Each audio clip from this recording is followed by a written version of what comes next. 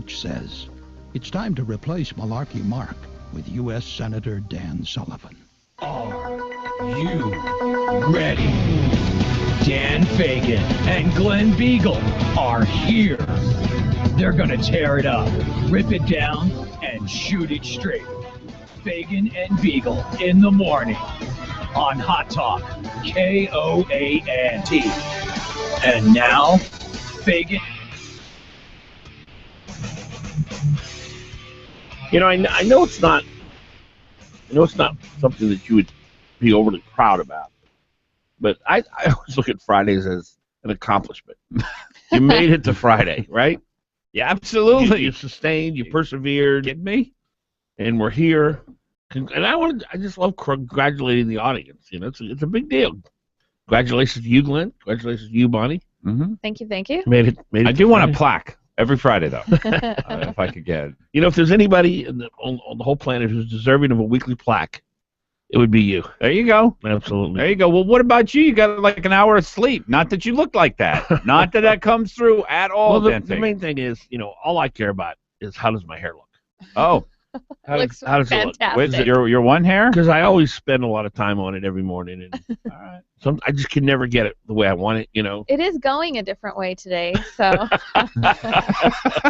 So what were you hoping for when you call me up 2 minutes before the show starts? So you're not here, and then you inform me. I like to keep you awake. It's more like 2 seconds. He calls me and says, "Oh, I just woke up. I'm going to be 20 minutes late." You know. Oh, is that why you got the panic look? Yeah. And then he's taking my seat. Why are you going to take my seat? I like your seat. I've always wanted your seat. But why do you have to sit here?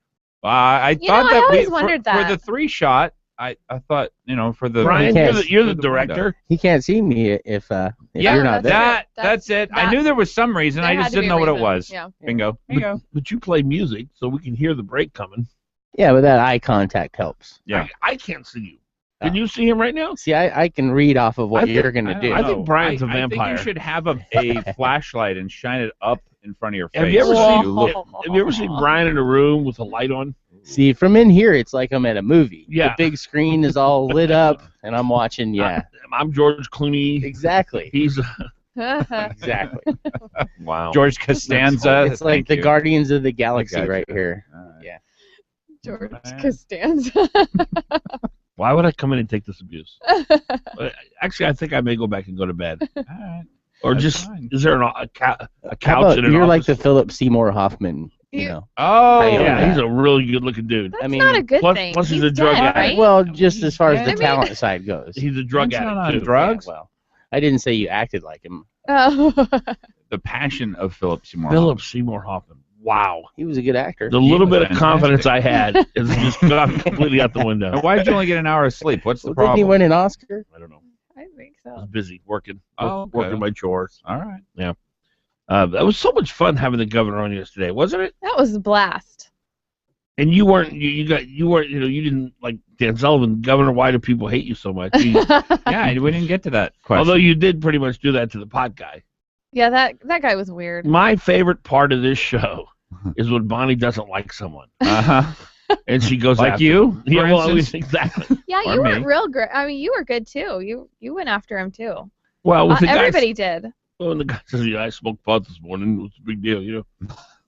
I don't know. It's like I thought it was interesting that he knows pot's bad enough so that he knew that he needed to try to quit at some point. Yeah, I always find that cleanse interesting. his body, he said. Yeah, and that and Bonnie, the greatest question ever. From what? It's From a plant. what? You say it's a plant. Why would you need to cleanse yourself? right. from it? Beautiful. Well, and he did describe that. You know, he knew that pot took him down a peg. Yeah. Yes. Yeah. He admitted that. He said he had more pep in his step when he didn't. That's right. Take it. Yeah. Well, you know, I my don't question see is, will more people smoke pot if this ordinance passes? Obviously, the answer to that is yes. Yes. Second question, is that good for our culture? Obviously, the answer would be no. Right. There are some things that, yes, you should feel free to do. It doesn't mean you should do it. It doesn't mean, I don't know. It's hard when morals should trump liberty. Well, let me ask you then. Yeah, I mean, prohibition. Would you favor that? You know, going back, I might. Well, you drink like 6 martinis a night. How can You had to drop it down to 3 to keep it under control. Yeah, wasn't that a failed experiment? I could do without. You would be for prohibition? if we could go back, I know you hate it when I don't answer questions, but yeah, I would love to see an answer here. Honestly, what's the difference? you know, I've said I to think people, you said yes, maybe. today no, maybe. but back then she might have considered it. I don't know. Yeah. Is that an answer? I think less people drink when things are against the law. Less people will break the law. Would you favor prohibition today? Ugh, no. Why? I favor personal prohibition. No, but knowing what we know about alcohol, why would we do that with a drug? Well, alcohol's a drug. Yeah, well, why would we do that with something that really has long-term effects? Which has more? Which brings more devastating consequences, alcohol or pot? In our culture. I would think pot. You got to be kidding me. No, I do. There's no way that's true. People walking around and How many people die by drunk drivers every year? Well, oh yeah. I'm talking right now the way it is. How many marriages end because people are alcoholics? Oh, lots. How many wives are beaten because men drink? Yeah, but why would we add more of that? No, but you can't say that pot causes more. See, No, not right now. Okay, but because it's illegal. I know, but that doesn't mean nobody's doing it. Right, but my question was, which is more harmful to our culture today? You said pot. Oh, no, I didn't get the today. Yeah, today. Absolutely alcohol because it's available. So why wouldn't you ban alcohol if it causes more problems?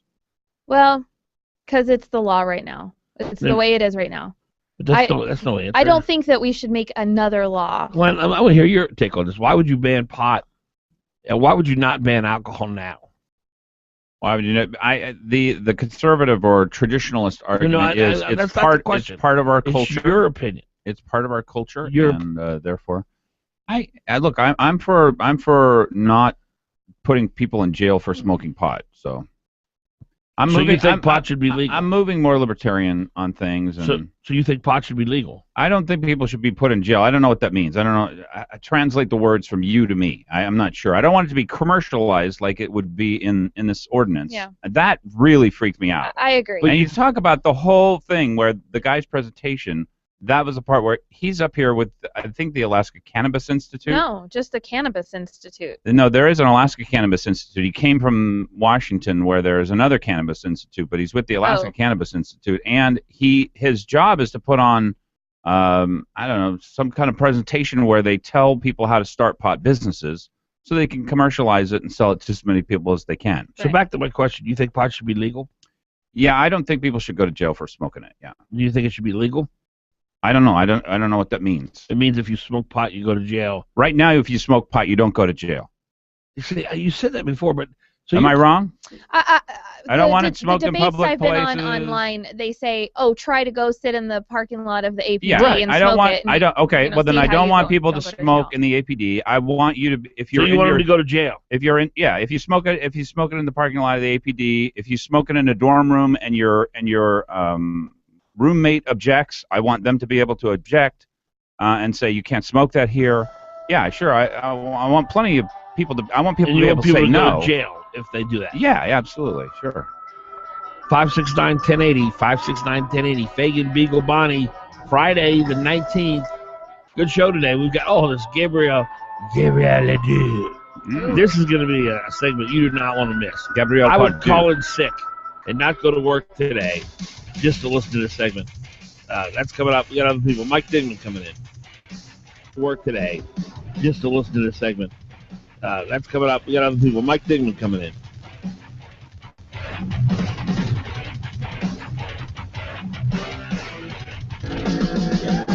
You're on with Fagan and Biegel. Give them a call. 569-1080. KOAN.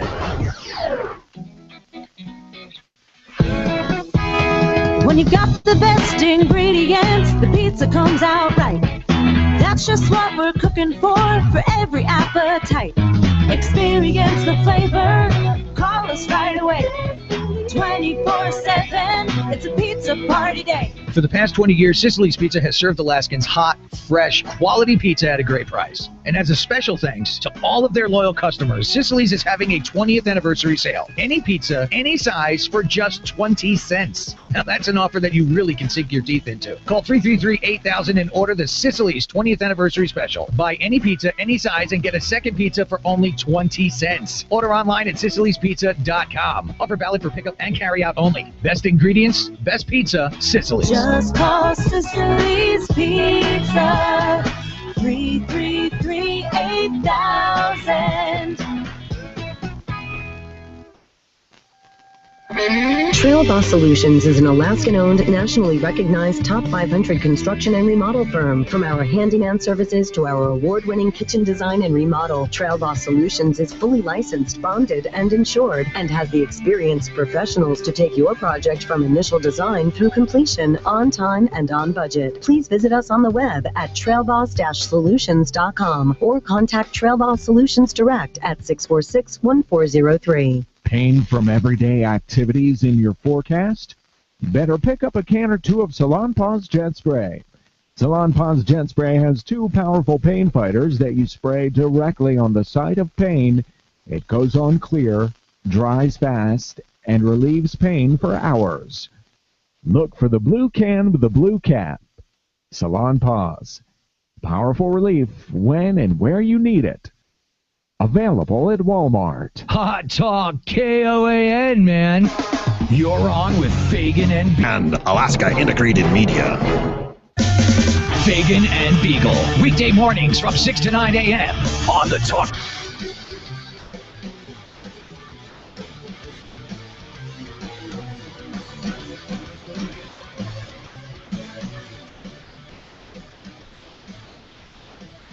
All right, 6:17. Fagan, Biegel, and Bonnie right here on your radio in the morning. I was talking to my good friend Sharon Lehow yesterday. You know who she is. She's the press secretary for the governor. Mm-hmm. And she says she loves the show. She listens every day. She said she wishes the signal was a little better. I said, what are you talking about? She said, why? I can't get it that good. I said, what do you listen to? She says 1080. I said, no. 95.1 FM. It's like 100 times stronger. People don't know that, do they? No, I still think they don't. Yeah. Does she really listen every day? Yeah, well, she says when she drives in. she should know that then. Well, how would she know? I don't really say it that much. Oh. I mean, what have I said? How many times have I said? said? Because I forget that people go in and out of their cars and yeah. are listening to it off and on, and yeah. Right. It's literally the average time spent listening on a morning drive. And Brian would know this better than anybody. He's got more experience in radio than anyone here. Is about 12 to 15 minutes. Is that right, Brian? I was going to say 17. Okay, well, I guess that'd be a good show. That wouldn't be our show. Well, the average drive time is 17 minutes. Yeah, from home to work. Yeah. In Anchorage, okay. Yeah. I had a plan, by the way, to play a cat video if you didn't show up. A cat video? Yeah, I got it queued up still. Oh, you still do? Well, first of all, have I ever just not shown up? I plan for anything, any contingency. It's been close. It has been close. I have seen him move over to the other chair one time. Yeah. So I'm excited about something. The word on the street, according to Amanda Coyne and a few other people, is that Meade Treadwell may run for governor. Or not governor. Mayor. I like that idea. Of Anchorage? Yes. Nice. Now, wouldn't that be a good fit? Yeah, that would be a good fit. Dan Coffey, I think he's got difficulty getting elected. And I don't know why I sense that, but it's just sort of the sense that I've gotten. I agree. And is it because he's not a great politician? Is it just because, I don't know, he's been a lawyer for so long? And I really don't know. I mean, every time I met him, he always comes off well. He's very knowledgeable. He knows the issues. He knows all different parts of town, and he's fixed and worked on all different kinds of projects, the 2020 plan. And so I really don't know what it is. You think that's fair? It is fair. There's something about him. I just know his name. I don't really know what he's done. done. Have you met him? No. He's been around a while, right? Oh, yeah. Years. He's an attorney. One of the owners of the Aces. Oh, that's probably. Yeah. You know, I know the Parks, who own the Aces Yeah. also. Yeah, well, there's like 6 or Yeah. 7 of them. Yeah. But I like mead. I've always liked mead. Mhm. And, when you're running the city, I know Bonnie gave us a scour when I said Mead's name was Mayor, but I did. I even felt it. yeah. Well, you're just a snob. You're a political snob. Can we get an eye roll video of her every day? Because I miss some of these, and I really want to see them. They tie me back to earth. I'm going to try to do better on that. You are too. a political perfectionist. You will not accept anyone who has any kind of belief that you don't believe. He'd probably be a good mayor. Whatever. That's so fake. Does he live here? No, he lives in Argentina. So fake. He actually, Does he he lived live down here? next to you, right? Downtown. Yeah. Yeah. He lives across the street from him. I think he's a good man. Look, one thing you cannot dispute is his pro-life credentials. I don't think there's any disputing that. Well, the Joe Miller crowd did dispute them throughout the entire campaign. I didn't think that it was fair, but I mean that was their position. I think he'd be a great mayor. What would be good is because he has a business background. Very smart. And I always thought Sullivan had kind of a business background too, small business guy, and they like things that work well. So their teams make sense to everyday average people, and I like that because there's something you can relate to when they're trying to accomplish something. It's not like in the back room and it's secret deals and all kinds of stuff like that. They're just Dan Sullivan wants to correct the contracting situation. They come out with AO37. We discuss it at length, and we end up passing it. I mean, I don't think Coffey's a conservative. Really? I don't. And there's a couple of things that he's fought for in the past that I thought, what? And a lot of people have thought, why does Dan Sullivan embrace him so much? Was it the smoking ordinance? Because I think that was a pretty famous disagreement between you and him. Was that it? Oh, I don't remember. I don't remember him being vocal on that. But I just don't think he's a conservative. I think he's more conservative than liberal. Mm-hmm. But he's not he's not ideologically conservative. Right. Okay. He's a businessman. He just likes government to be small and business to be big. And I don't know that he does. Oh, he does. Okay. Yeah. I mean, he's the 2020 plan originally was Communist Manifesto. Oh yeah. And he's got in there and cleaned that up. So you give him credit for that. Oh yeah. Definitely. Yeah. And He put a Sullivan lot of hired work him. into it. Yeah. Sullivan hired him for that. So you give him credit for that. But I don't know. There's something about him. Okay. Can I just say that yesterday with Sean Parnell sitting here, and then I went back and rewatched it. That shows me why governors make good presidents. Things he said stood out in my mind, and it just shows me why governors, having run something and made decisions, Put together a team, financial decisions, make good presidents. I mean, I'm not saying Parnell for president, but it shows me the difference even between Obama and a governor, a senator. Right. Yeah. Right. Mm-hmm. All you do is vote. Right. All you do is vote as a senator. Yeah, and you make deals. Well, and frankly, people. senators are very partisan. Yes. The job of a senator is essentially to be mostly partisan and to use, if you get to the head of a committee, to use that power against other people and figure out how to, get your bills moved through. It's not a cooperative process. Mm-hmm. Governor, you have to convince people of things. You need to get your message out. You have to build a strong team. You really have to cover all aspects of the economy. Work with your legislature.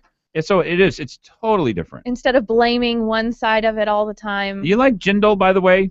I do. Okay. I do. Love it. Yeah. Yeah. I would like to see They're him saying do he could be a front runner. I like Perry with the glasses. I'm for Governor Perry with glasses. I can't go for What are Perry. you saying? He's good looking or something? Yeah, he actually is good looking. He reminds me of Texas. You attracted to him? Well, as a presidential candidate, yeah, I guess so. Is that a problem? If he didn't have 100 kids, I'd be worried about that. But any man who's got 100 kids, I don't think we have to worry about it. But anyway, I've always liked Perry's. I've always liked his experiences, and how well he did as Texas governor. Way better than Jeb Bush. Oh my gosh, yeah, totally. Yeah. But then he didn't have a very good luck speaking when he was out. He couldn't remember his own plans. Yeah, he couldn't remember his own plans. Well, I want to cut.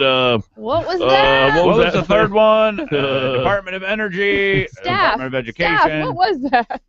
Anyway, no. See, the thing is that I am exactly that way. If I didn't have it written down, Yes. I would forget. Yeah, So I can't say much. It's but- yeah. So he's just me. He should be better. Except for he has Oh. a huge amount of accomplishment. Yeah. When you ran against Norm Rokeberg, did you forget what you wanted to cut? Is that why you lost? I don't know. I don't remember, actually, frankly.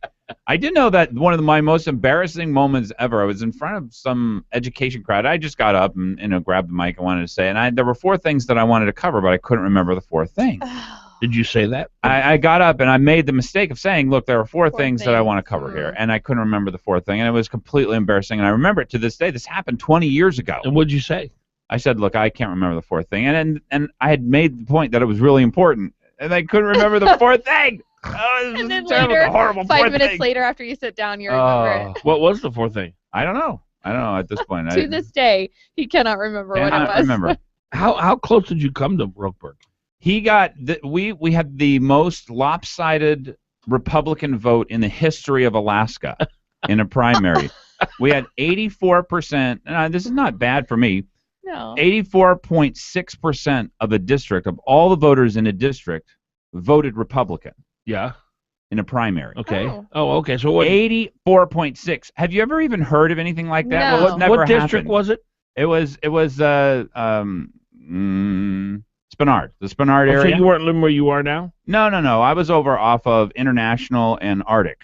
Okay. Yeah, so it went from International Arctic and all the way over to Spenard. Just before you're a big fancy hillside person. I bought my parents' house. Okay. So that was really nice of them. They had 9 kids. I have 9 kids, so it kind of matched up well. So you've lived in that house a long time. Yeah, I've lived in the house for a long time. Well, Okay. we moved there when I was 10. Okay. Long time ago. And so 84% of the district. So almost 85% of the district, of all the people who voted in the primary, voted Republican. And so the Democrat got 15%, and Norm got 54%, and I got 30. How come I you never just cleared 30. How come you never ran again? It's hard. I went and spent an entire summer knocking on doors. Well, this time it wasn't expensive because I had businesses could donate in kind, I think, to your campaign, and so I had some business friends who allowed me to use a printing press so I could print stuff up. But yeah, you're so much wiser now than you were back then. I don't know. Oh, you are big time, isn't he wise? Was it really a printing press? Yeah, actually, it was ka-chunk. This is 20 years ago. Yeah. But why don't you run again? Why don't you run again? Well, you'd be awesome. Can you imagine Glen Legal Beagle? Yeah. in Now, the how many years later? Yeah. Oh well. And this wiser. is 90, So what district are you in now? Is when I ran. What district are you in now? I don't know if it's Bob Lynn's or Kevin Myers, my senator. He just walked through my yard yesterday. That's a problem. And we chit-chatted. You need to know what district you live in first. That would be a first. Well, Bob Lynn is who I would normally. Oh, he's a pro-union guy. I know. Man, you need to take him out. He's a good friend of mine. I don't want to run against him. Oh, well. Put that aside a little while. No, I honestly don't think running is generally for people who have families. Well, I guess you couldn't do it with the railroad job, could you? Or would they let you leave for 3 or 4 months? Oh, no. At most places, wherever you work, they really do want you to be in the legislature. It doesn't make any difference if you work for unions, for the oil industry, wherever it is that you work. But you'd have to give up that your salary for 3 or 4 months, wouldn't you? Yeah, I don't know how they work that out. Basically, while you're down in Juneau, you kind of make somewhere around $6,000 to $8,000 It's time for Bob a Lynn month. to go. We need to draft Glen Legal Beagle. What do you think, Bonnie? I think it'd be great. Uh-huh. Okay, this is not set up Glen Day. What's the deal? Well, no, I just think you'd tear it up down there. You can still do the show. Mm-hmm. You can do it from Lisa's Juneau. going to do the show? Well, apparently that's not working out. She's back on the show, though. She what? That she was back on the show in the afternoon. I was told she doesn't show up for work much. Well, she left town without letting somebody know. Yeah, she just doesn't show up. Like the show will start and she's not here. Kind of like you Really? calling me just before the show and saying you're going to be not like that, but actually that was then a not joke. coming. I actually showed it. That was an April Fool's joke. Oh, okay. I understand. This makes me very uncomfortable for some reason. 629, Fagan, Biegel, and Bonnie. Beagle for House, 2016. The big house. The Fagan, Biegel, and Bonnie. Beagle for House, 2016. Fagan and Biegel. Weekday mornings from 6 to 9 a.m. on the Talk of the Valley, KVNT. Online at 1020kvnt.com.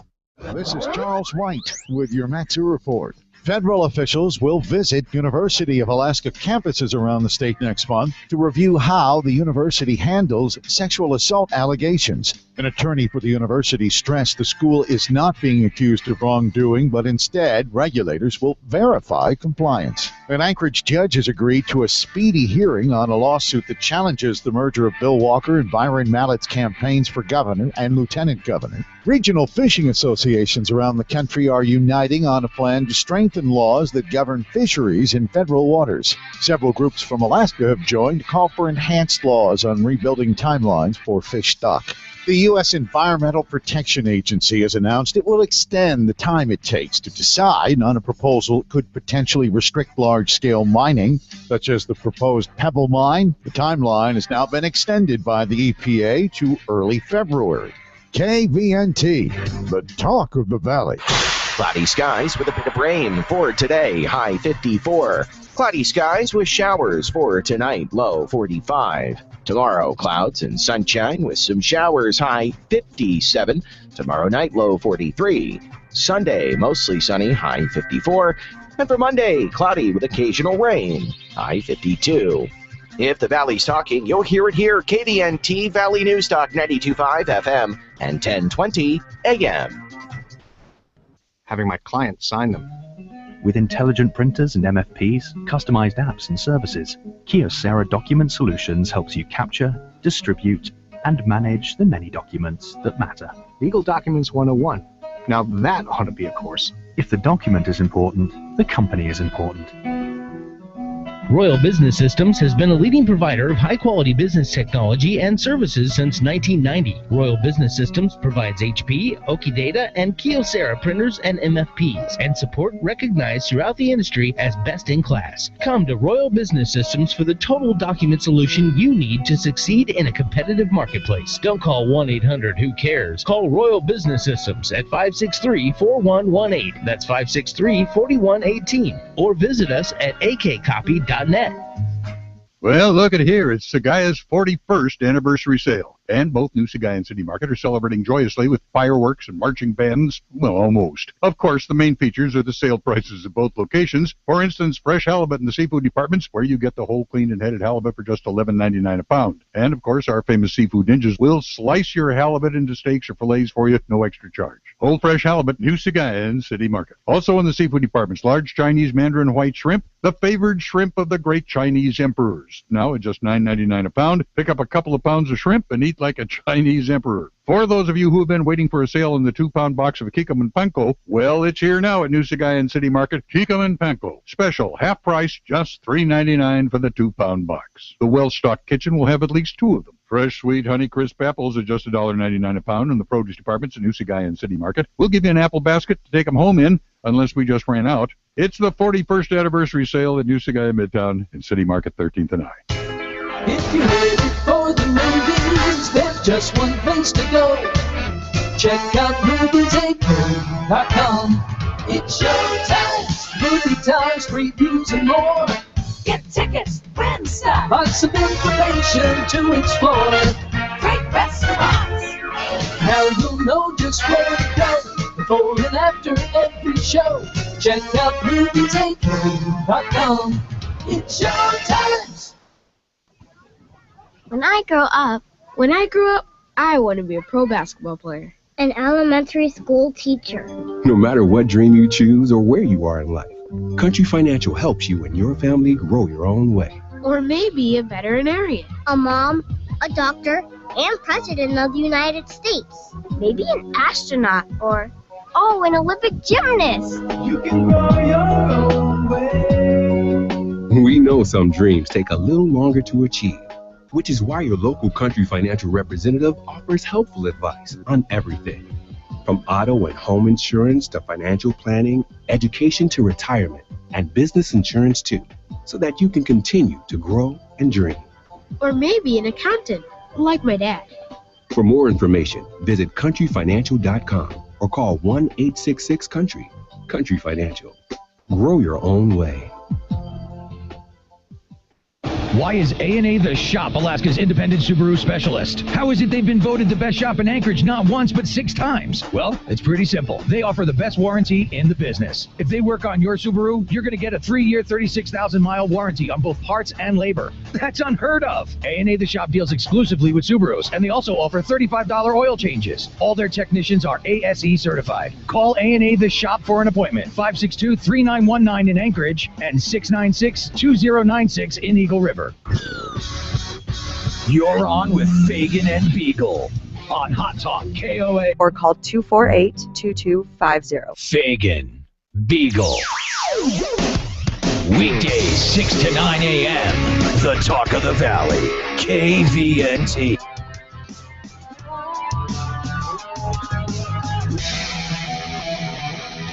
You know, there's really nothing better than a ice cold glass of water.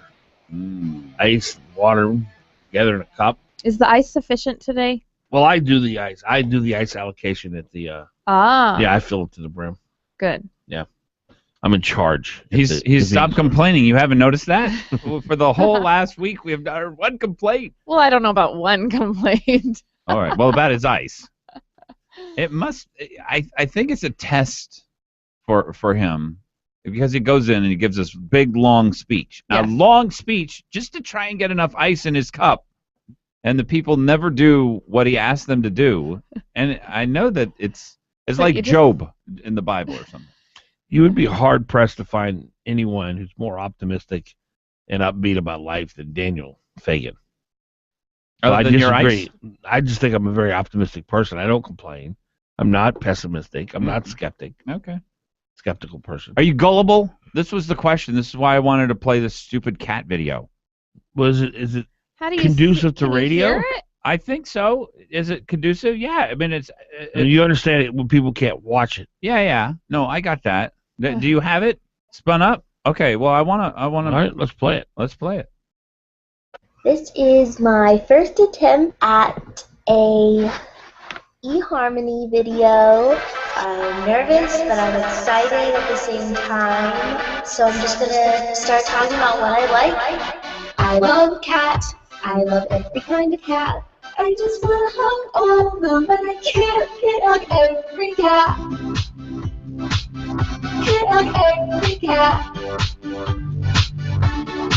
So anyway, I am a cat lover and I love to run. I'm sorry, I'm thinking about cats again. I really love cats. I'm thinking about cats again and again and again and again and again. I think about how many don't have a home and how I should have them. I think about how cute they are and how their ears and the whiskers and the nose. I just love them and I want them. And I want them in a basket and I want little bow ties. I just love them. And I want them to be on a rainbow and in my bed, and I just want us to roll around, round. Sorry, I'm getting emotional. I love cats. I love every kind of cat. I just want to hug all of them, but I can't hug every cat. You realize there are thousands of people right now who are saying to themselves, "That's 2 minutes of my life. I wish I could get back." Okay, but there's a point to this. It's not just this crazy lady on eHarmony who loves cats, and that's what you wanted to let the people know. We're gonna talk about cats. I have a cat Video pooping in my parents' All right, toilet. hold on a minute. We cannot just drop the fact that we just lost about 78% of our audience. All right, well, there is a point to this. That's what I'm trying to get to. If you were ever going to drop the F-bomb on radio, now would be the time, because I promise you, no one is listening to this broadcast. Good. Unless they love cats. Take that. All right, so here's the difficulty that I have. And if you go out to this video, I watched this video, and I bought it. I thought for sure this was true. And it goes to show I am the most gullible person on planet Earth. Why didn't you just tell us that instead of making us sit through that horrific video. Didn't you love that? No, Why Bonnie didn't you and I, just of come course- out and say, I'm gullible? Okay, good. Thank you, Glenn. But let's move on to something I had else. to demonstrate how gullible I am. And it's By worse than playing that horrific video. Oh, Do that you is one of the honestly funniest think there's a single person driving into work that sat through that whole thing? Yes. There's no way someone sat through that whole 2 minutes. Brian, you're a veteran of radio broadcasting. If anything was ever a show killer, was that video? Well, I tried to close my eyes and imagine it, but yeah, it was sort of funny. I don't know. It was only a minute, too. I did cut it out, even though it seemed like 2. So it gets better? No, it gets... It seemed like about 12 minutes. Yeah, it gets the same. So anyway, so I bought the video. You mean you purchased it? No. I believed it. What do you mean you believed I thought it? this lady was actually on eHarmony, and she actually did love cats. And Well, how do you know she isn't? I went out and researched it, and then I felt bad for the rest of the day because how stinking gullible I am. So you obviously have a very, very empty, boring life if you're researching cat videos. That could very well be as well. You researched a cat Somebody video. didn't like send you the video, or Well, after I watched it, and I thought, yeah, because you watch it on your phone, you think, oh my gosh, that is just ridiculous that people could actually be that silly, that stupid, and not having anything in their you life. thought she really put together this? I really thought that she was on eHarmony and really loved cats that much, and so so I went out. Her name is Kara Hartman, and it was a joke. Yeah, you think you're gullible. her I signed sister. up for eHarmony so I could meet her. You did not. What? No. You bought Now that. you're No, gullible. see, Now people you're used to gullible. tell me gullible's not in the dictionary. What? Yes, it is. That is a word. Yeah, I would never sign up. That's how gullible you are. Oh my well, gosh. I used to be. I'm not gullible There anymore. was a something that came across email, and of course this is pure proof of how gullible I am. But it said, if you want to get in with a Monster, the drink advertising campaign, you can put a Monster thing on your car, and they'll pay you every week for it.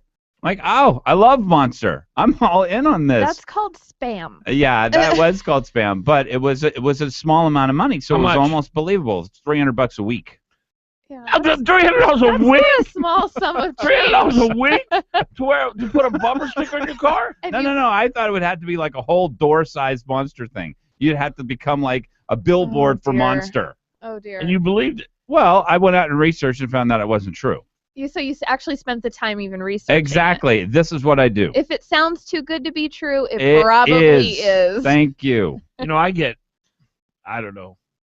I used to get a lot more with the old show, but I get a lot of stuff people send me. Mhm. Benjamin Franklin said, my favorite iPod, whatever. Yeah. None of it's ever true. None of Yeah. it. And I can't believe how people, when they see it on the internet, they think, Yeah, my parents that are the sounds worst. possible. They're, Bonnie, Yeah. we got another Delta Airlines trip. What do Yeah. we do with this? yeah, I'm like, it's Put it in the bank. spam. free Walmart gift card. Bank of America says we won. What did we win? Yeah. A virus. Yay! Is that what that is? Is it just viruses they're spreading? Or Well, I what's think the they're goal? Sure, you click literally on this called link. malware, which means evilware. Yeah, evil just software. like, don't touch it. Mhm. If it sounds too Don't good to even be open true, it But is. See, that's what was so good about this Monster one, because it didn't sound too good to be true. It just sounded really good. That sounds too good to me. Agreed. All right, hey, I'd like to make an offer to our listening audience. Yes. Email me, danfaganshow@icloud.com, and you will receive a free gift. You'll get tons of people doing that. Dan Fagan Show. Fagan is Fagan @icloud.com, and you will receive A personalized free picture of gift. Dan Fagan. Dan Fagan Show @icloud.com. Actually, I would like for you to email me. 'Cause we want to be able to update you on the stuff we're doing on the show. And we'll forward you some cat videos. Yep. From eHarmony. 644, Fagan, Biegel, and Monty.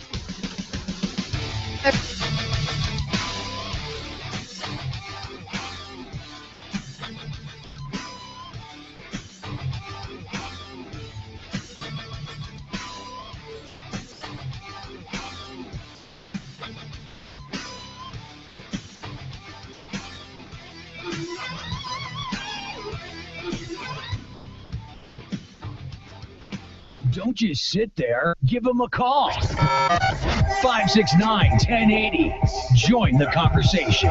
KOAN. This is Dr. Ellenberg. Are you tired of taking medications? Your medications create more side effects than solutions. Do you want more than 15 minutes with your doctor? If you answer yes to those questions, you should consider calling the Ellenberg Center for Natural Medicine. At our center, we take the time to listen and focus on finding the cause of your health problems. Whether you have a cold, high blood pressure, diabetes, or cancer, we can help. Call the Ellenberg Center for Natural Medicine at 563-2366 or visit us online at drellenberg.com. We can help. Mark Begich has voted with Barack Obama 97% of the time. Now, to distract you from the truth, Begich is falsely attacking Dan Sullivan with ads fact checkers have called inflammatory and inaccurate. Shamefully, Begich has even resorted to attacking Dan Sullivan's service to our country. Mark Begich isn't true Alaska. He's pure Washington. I'm Julie Fate Sullivan. After 9/11, my family left our home in Alaska so my husband, Dan Sullivan, could defend our country, first in the White House under Condoleezza Rice, then deploying overseas as a U.S. Marine. Now Mark Begich is attacking Dan for that service. As somebody whose family has been in Alaska for thousands of years, I have a message for Mark Begich. Alaskans respect military service. We don't attack it. I'm Dan Sullivan. I'm running for the U.S. Senate, and I approve this message. Paid for by Sullivan for U.S. Senate.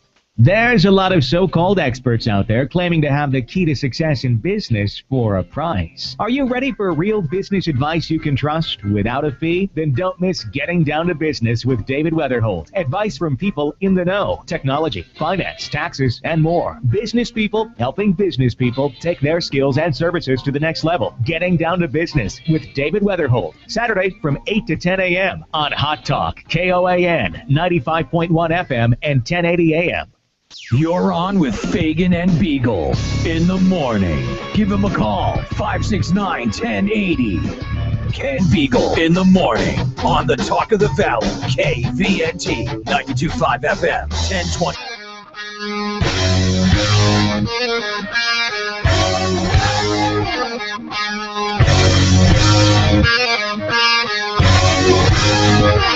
.647 in the morning. Dan Fagan, Glen Biegel, Bonnie Cameron.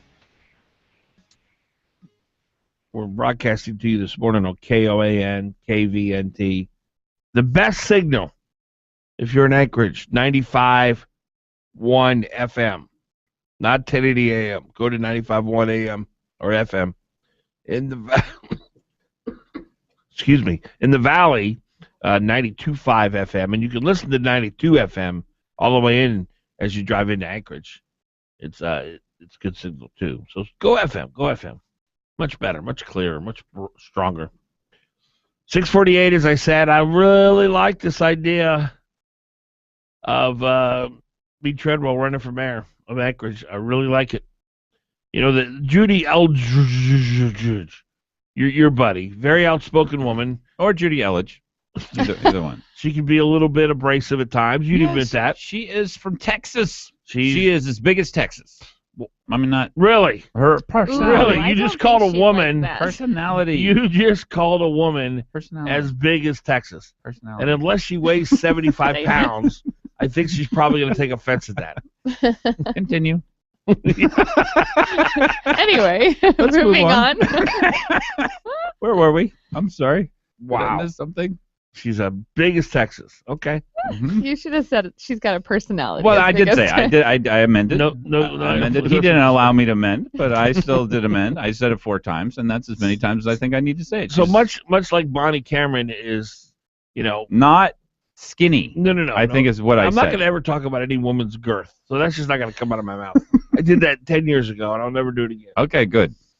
Are you But much like Bonnie Cameron is a cult member of the Joe Miller movement, I think Judy Eldridge, who's as big as Texas, is a member of the B. Treadwell cult movement.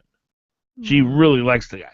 Oh, she likes B. Treadwell? I thought she was a supporter of Joe Miller. No, remember she had all the Republican women's thing at his house all the time during the campaign, and people were upset about it because it was at his house, and Well, but I think that's because he gave his house for people to... No. She's all... Serious. You didn't know she's all up in Mead Trail stuff? I always thought she was Joe Miller. I thought she was a Joe Miller supporter. I don't think that's what you're really? What is that supposed to mean?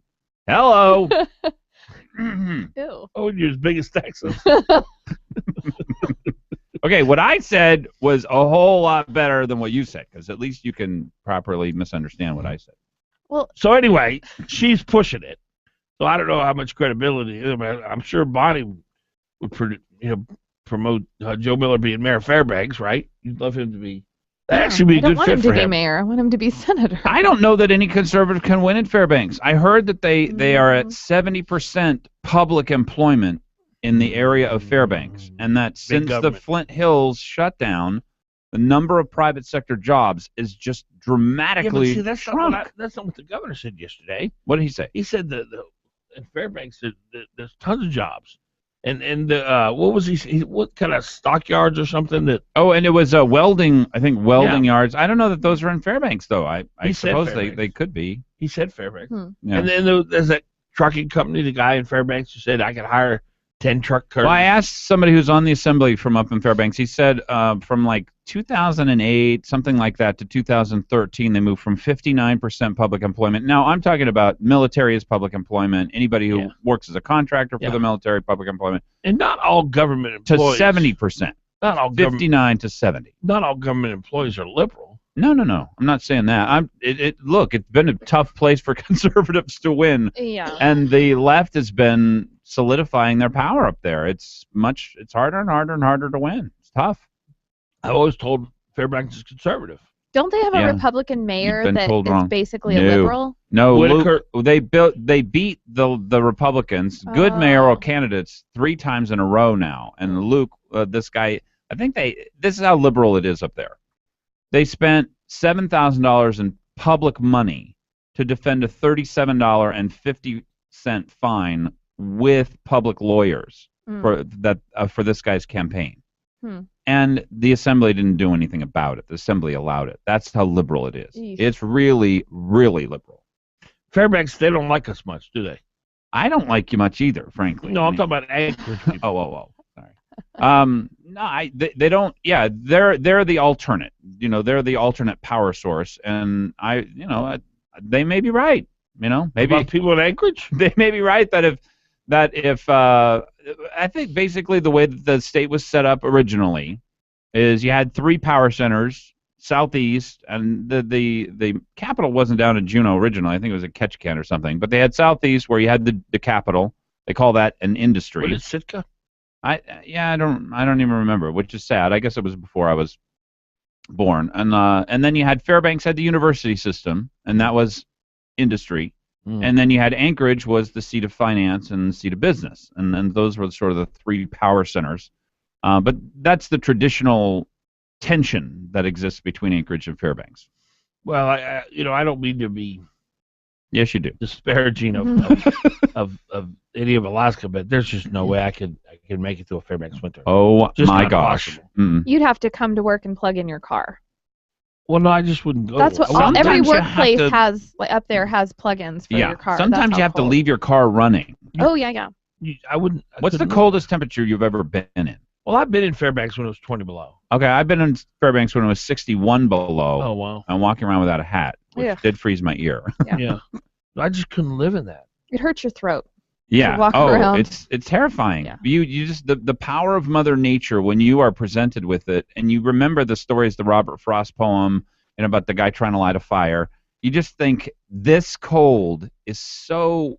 It's all encompassing. It's like the power of God or something. I mean, it's so amazing. It's so frightening. It's fearful. Yeah. And I don't know how people survive it either, because it's dark. It's miserably, ridiculously cold. And dark most of the time, right? What time does it get light in Fairbanks? It depends on what Like time of the 11 year. or They have the worst time. 22 and a half hours of sunlight during the summer, and they it's have 20, 1.5 30 hour of a light during the. And it's 20 or 30 below. Yeah, for for a weeks high? on end. For the high? Mm-hmm. There's just no way I could live in that. Well, there's all kinds of people who are, we say that about Fairbanks, but they say that about us from But south. Anchorage is not that bad. Anchorage is not nearly as cold as North Tell Dakota. that to a Floridian. Or Minnesota. Well, yeah, I mean, every place has its look. In Florida, in July, it's miserable. Ugh. It's miserable. And you got those bugs falling out of the trees that are poisonous. Have you heard about those? No, I haven't heard about that. Yeah, I like my hot, by daughter the way. never wants to go back to Florida. I was down in She's like, I don't Phoenix. care about Walt Disney World. I'm not going there. Those bugs. Ooh. They're like some kind of caterpillar where you touch them and they poison you or something. Mm. I didn't get that memo. They're falling out of trees. So anyway, I don't know how people live up there. I'll take the bears and the moose. So you don't do you not take me? Has he come out and said that he's going to run for mayor? Judy Or Elledge, the woman as big as Texas. Yes. She's pushing. She's like Bonnie. I mean, she just thinks the guys, can do no wrong. Well, perhaps she thinks that Meade Treadwell should stay in politics. She likes him as a politician. Yeah. I don't know. I like him. I think he's great. He's very intelligent. Mm-hmm. He's a good man. Agreed. Raised his family. Wife yeah. died, and he Yeah. had to carry on, and he did. Yeah. I think he'd make a great mayor. Because, like you said, he's a businessman. Mm-hmm. When you're a businessman, you're successful in the private sector. That's a big deal. Yeah, I do think that experience helps to run a city. Yeah, like you guys were talking earlier, an executive versus Mm-hmm. somebody just in a voting capacity, like a senator. Mm-hmm. It's a big deal. It's a big deal to have somebody in there who's actually run something, hired people, laid people off. Right. Had to stick to a budget. Stick to a budget, huge. Hmm. So we got Gabrielle coming up. Representative. State representative. She is one of the, was it 6 or 5? 5 targeted members. I only heard of 4, though. If there are 5, I only heard of 4. Yeah, well, there's Brad Keithley has decided to give money to candidates he thinks will be more fiscally responsible than their opponents. And that's the only qualification, by the way. He wants them to get to a sustainable budget, which I think right now he would say is probably about $5 billion. Parnell has lowered the. Here's the thing. This is the thing about liberals, which Keithley is a liberal. They loathe the capital budgets. They love operating budgets because capital budgets build infrastructure. Capital budgets typically, not always, sometimes it's pork, but typically capital budgets build roads, bridges, highways. Well, what's that have to do with Keithley? I never heard him say I love capital budgets. No. When you read his stuff online, it's all about exploding capital budgets. Because Parnell has cut the operating budget year after year after year. You could not come after him on that. His capital budgets are big, but all Republicans have big capital budgets because we're forward thinking. We build infrastructure. Capital budget. Now you can abuse a capital budget. You can build a railroad depot at an airport that nobody uses. Mm-hmm. You can build the Alaska Sea Life Center, stuff like that. But typically, capital budgets is for ports, docks, roads, bridges, highways, stuff.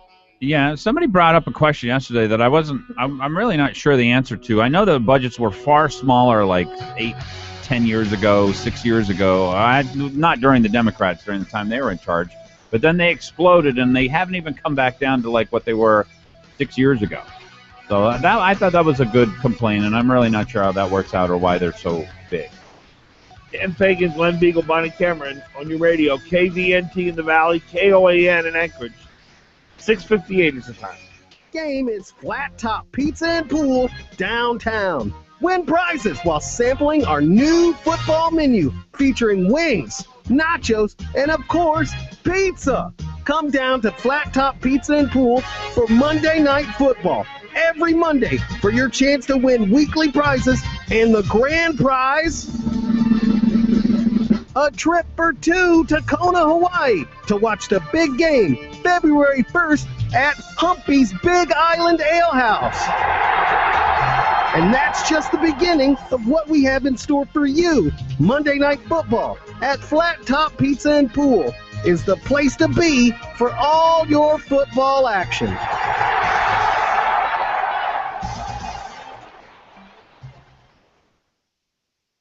Listen online at 1080KOAN.com. Hot Talk 95.1 FM, 1080 AM, KOAN, Anchorage. Fox News Radio. I'm Dave Anthony. They still have no motive, no why. The day after a grandpa killed his 6 grandchildren. One was just a baby in Florida. Fox News Radio's Tanya J. Powers has more live. 51-year-old Don Spirit had a criminal background, but nothing foretold the shooting rampage that left the children, as well as their mother, his daughter, dead. Spirit called 911 yesterday and said he might hurt himself or others. Deputies responded, but by then Spirit had committed suicide, and the victims' bodies were found all over the property. Gilchrist County School Board member Robert Rankin says counselors are at the kids' school. They were just like elementary students, happy-go-lucky. Spirit's criminal record includes prison time for shooting his young son to death, Dave. Tanya, France has helped the U.S. carrying out its first airstrikes in Iraq, targeting the ISIS terrorist army, saying it destroyed a logistics depot. There are new U.K. promises for Scotland after voters rejected independence. Fox News Radio's Simon Owen, live in Edinburgh. David, in an attempt to convince people here to vote no to independence, lawmakers in London promised Scotland's devolved parliament here in Edinburgh would get new powers, but it's not really clear what. Scotland already makes its own laws in a number of areas, including health and education, and the pro-independence campaign accused British Prime Minister David Cameron of panicking and making vague promises. Leaders of Britain's 3 main political parties are today promising Scots more autonomy, Dave.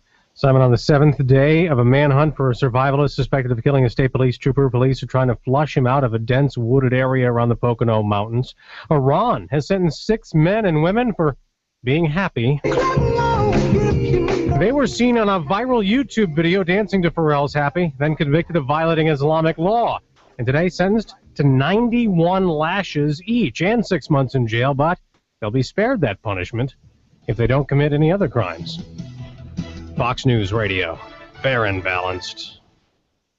Attention homeowners, I'm Jay Farner, president of Quicken Loans, and I have some important information for you regarding the U.S. government's Home Affordable Refinance Program, or HARP. We've told you about HARP in the past, and more than 3 million homeowners have already taken advantage of this money-saving program. But there are so many more of you who could be saving hundreds of dollars every month on your mortgage.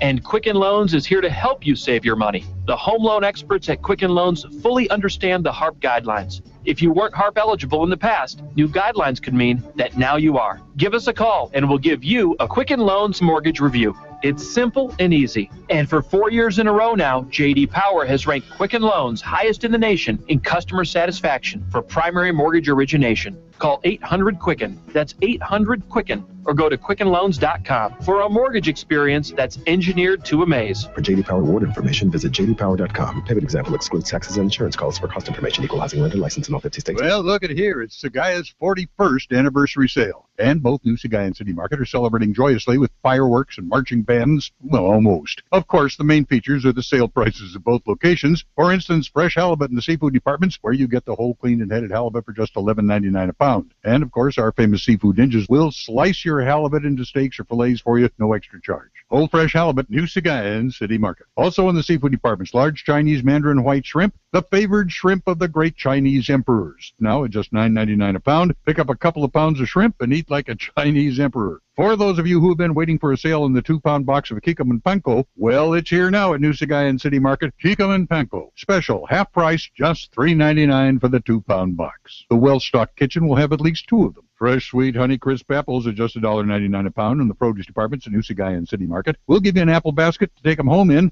unless we just ran out. It's the 41st anniversary sale at New Sagaya Midtown and City Market 13th and I. Is your IT department burdened with first-line support calls about printer jams and broken printers? Are individual departments purchasing expensive printer cartridges that get buried in office supply budgets? Is your printer support strategy really a printer replacement plan? Let Alaska Enterprise Solutions show you how to reduce those high print costs. AES is a Xerox professional agency in Alaska with Xerox's worldwide support behind them. You can reach us at aesalaska.com or 561-5100. Glen Biegel, you have beautiful teeth. Why, thank you, Dan Fagan. That's because my family and I have gone to Dr. Dan Kiley for years. I get scared at the dentist. Dr. Kiley knows people like you are afraid, so he creates a relaxed atmosphere at his office. People actually like going to the dentist for Dr. Kiley. I know it's important to have good dental health. And you look better with good teeth. And Dr. Kiley offers cosmetic dentistry along with general care. Visit Dr. Dan Kiley at lakeotisdental.com. Call him at 562-9209. When Malarkey Mark Begich ran for U.S. Senator, he made a lot of claims about his record as Anchorage mayor. Begich knew the truth wouldn't come to light before the election. But now, history is caught up with Malarkey Mark.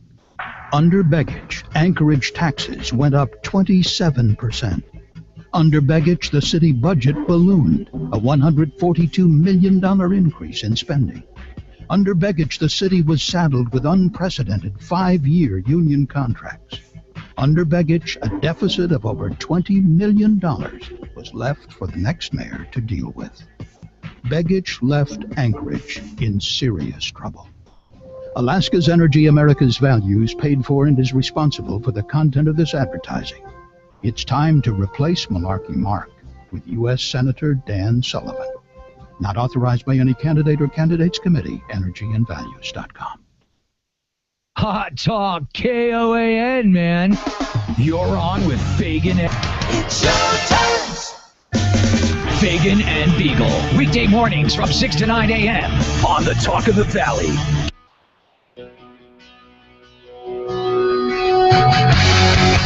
Dan Fagan, Bonnie Cameron, Glen Biegel right here on KVNT in the Valley, KOAN in Anchorage.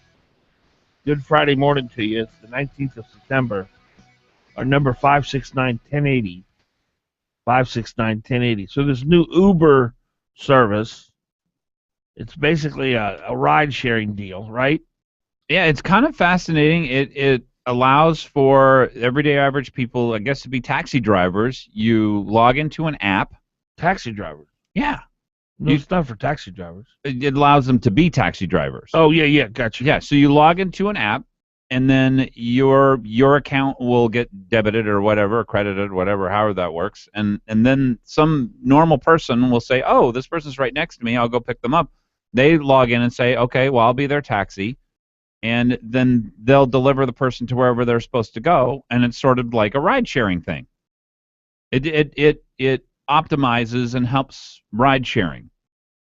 Well, the taxi drivers are all upset. Kaboom. Well, first of all, why is the taxi industry regulated? Why do you have to have a permit to drive a taxi? You can't have an unlimited number of taxis running around, Dan. I mean, that would just be chaos. You're being sarcastic. Chaos. So you're being sarcastic? Yes. Okay. You have to let us know when you're all right. I'm gonna. I said I would raise my hand. Okay, I'm raising my hand. Listeners don't know you're raising your hand. Well, if they were watchers, then they would. Why is the taxi industry regulated? Why, this thing with the taxi industry, and I actually, can I brag for a moment? Please. When I was with Channel 2, I did a story a long time ago about the permitting process and how the vast majority of taxi permits are held by people who live outside of Alaska. Mm-hmm. And what multimillionaires. And some of them have, 30 of them. And what happens is you get these poor immigrants who come over here legally, and they drive cabs, but they have to give a significant amount of cash to the permit holder who lives in Hawaii or Arizona. Mm-hmm. And so they only get to keep a pittance of what they actually take in. And so I did the story, and the permit holders got really mad at me. There's a young kid who I just ran into at your house with the satellite dish guy. Okay. I don't have a satellite dish, by the way. He was a student at UAA, and his professor, who's a good conservative, they launched the initiative based on my story to deregulate the industry. Wow. Yeah, now it failed because Ivan Moore ran these incredibly deceptive commercials. Ivan Moore is a very clever man. He's very good at what he does. Yes, he is. He is, yeah. And he's got a fantastic accent to go with it. What the kid said to me was... I think it's annoying. Really? Ahead, sorry. Right. What the kid said to me was, he said, Ivan Moore is the best paid liar in the history of Alaska. Most of what he says isn't true, but he's very good at what he does. And so what we have here is we have a situation where we have the taxi industry where the vast majority of money earned goes out of state to these permit holders. Now, my thought, and what the kid at UAA wanted to do, and his professor, is just deregulate it all.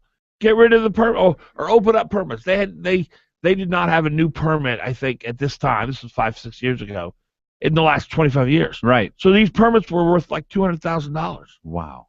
Because it's just a gravy train.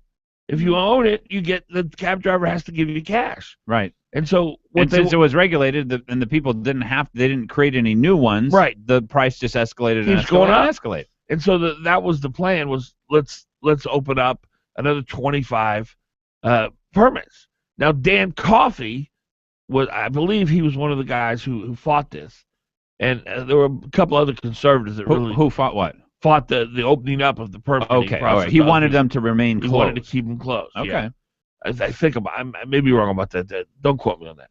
But anyway, so it's a terrible thing, the way that what the government has done to these poor immigrant taxi drivers who work their butt off, 12-hour shifts.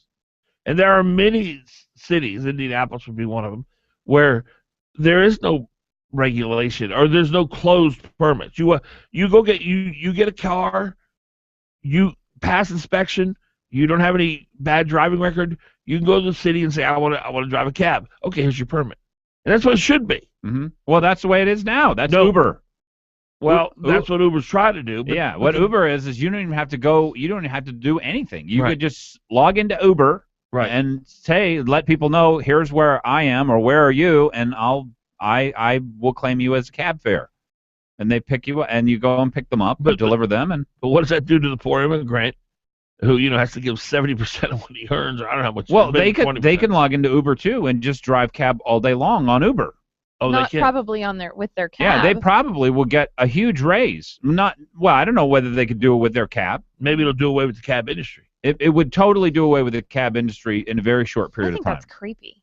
I do too, and that's what I wonder is do you have to go through a little better background check? Can you get I'm just a regular Uber driver, or then I'm an Uber driver? Well, eventually that'll safe? be regulated too, because somebody will get killed or something like that, and there will be some kind of liability. Well, they're already saying the legal department is looking at it now. Yeah. Well, and what is anything regulated for? It's all about revenue generation. What did Ronald Reagan say? The government either regulates it. What was that? If it moves. Government kills it, regulates it, or something. If something does something, you regulate it. If it keeps moving, you tax it. If it something like we got to look up that because that's a great. It's a great quote. Great line. Yeah. But it's a terrible thing, Let the people go out and make their money. Get off their back, Agreed. Well, that's what this is. Okay. I still haven't found it yet. And the thing about the left is they go in their positions of authority, which we give them, and they literally think about, okay, who can we control now? Here it is. If it moves, tax it. If it keeps moving, regulate it. If it stops moving, subsidize it. Yeah. There you go. That was wow. Ronald Reagan. He was a genius. Wasn't he? Yeah.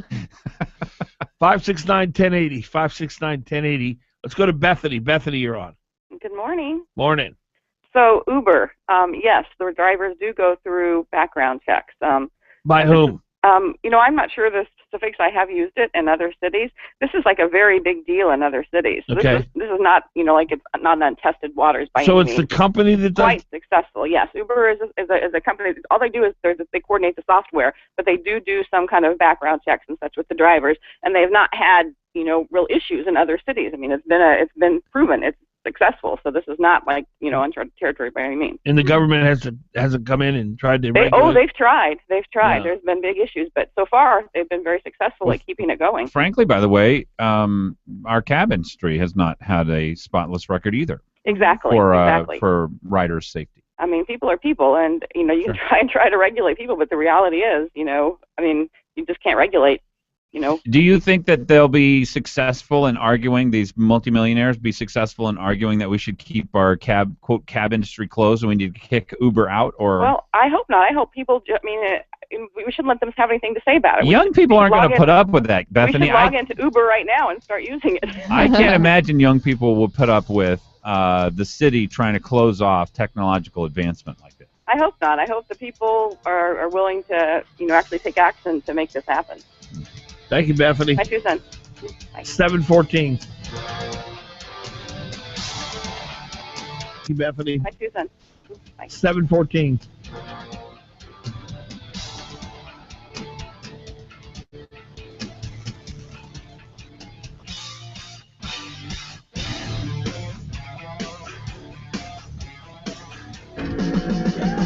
You're on with Fagan and Biegel. Give them a call. 569-1080. KOAN. What in the name of Blackbeard's ghost is going on here? Yar, it's the 2014 Pirate Pub Crawl in downtown Anchorage, Captain, on Saturday, September 20th. Shiver me timbers, we'll need to batten down the hatches and set our course to help raise money for the Blood Bank of Alaska's treasure chest, else we'll be sent to Davy Jones' locker. Aye, navigate your way to Town Square at 7 p.m. for a group photo with your crew. Make way anytime after 7 p.m. to the participating pubs in downtown Anchorage with your treasure map to win 80,000 air miles and more. When in doubt, jibe ho to anchoragedowntown.org for more details and discounts on hotel stay, costumes, and parking at Easy Park lots for the night. Yo ho, me hearties. We best be seeing your scallywags at the Pirate Pub Crawl on September 20th. Brought to you by the Anchorage Downtown Pirate Ship, K&H Graphics, the Blood Bank of Alaska, the Odom Corporation, Dooley's Tuxedos and Rentals, and Alaska Integrated Media. Trail Boss Solutions is your local award-winning, nationally recognized construction and remodel firm. From handyman services to kitchen design and remodel to custom home construction, Trail Boss Solutions has the experienced professionals to take your project from initial design through completion, on time and on budget. Trail Boss Solutions is the only call for all your construction, design, and remodel needs. Please visit us on the web at trailboss-solutions.com or contact Trail Boss Solutions direct at 646-1403. This is Olympic cross-country skier Holly Brooks. Are you an adult who wants to help today's girls become tomorrow's leaders? Girl Scouts of Alaska is looking for volunteers. Lead a Girl Scout troop, coach a Lego robotics team, or present at a workshop. Parents, grandparents, college students, and retirees can all be Girl Scout volunteers. All you need is a willingness to help make tomorrow's leaders from today's girls. Girls like me, because I was a Girl Scout. Visit www.girlscoutsalaska.org or call 248-2250. You're on with Fagan and Biegel on Hot Talk KOAN and online at 1080KOAN.com. The Talk of the Valley, KVNT.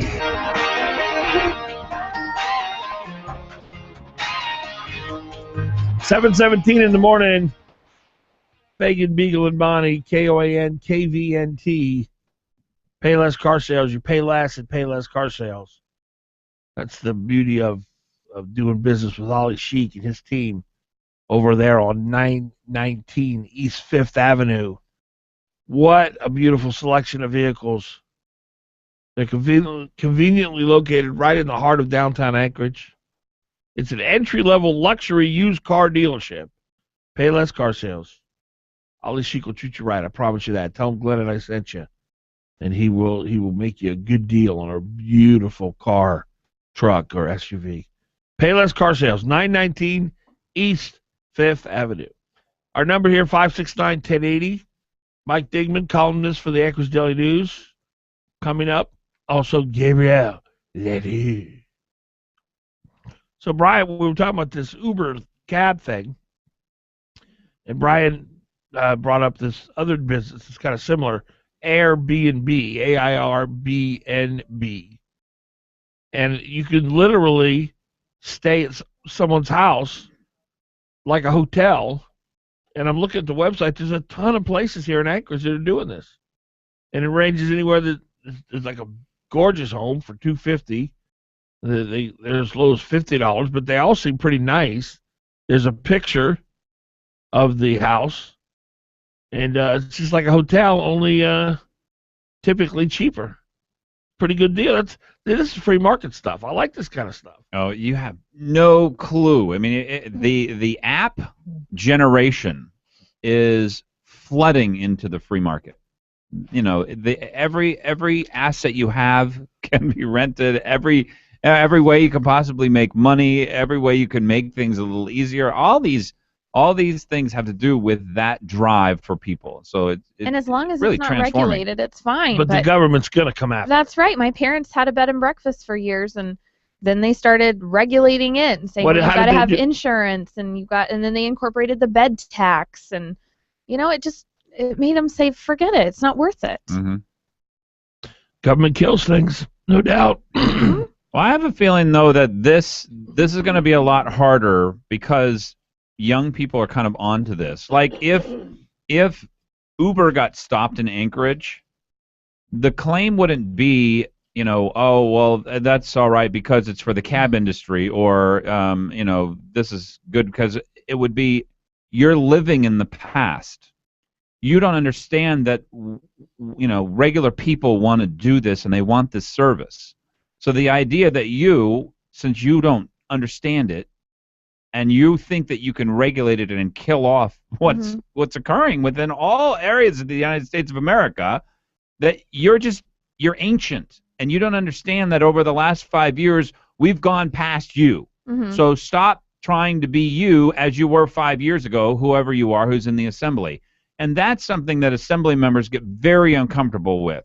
It's okay to be wrong on an ideological thing, like I want to support the cab industry, or, I think this will be safer, or whatever.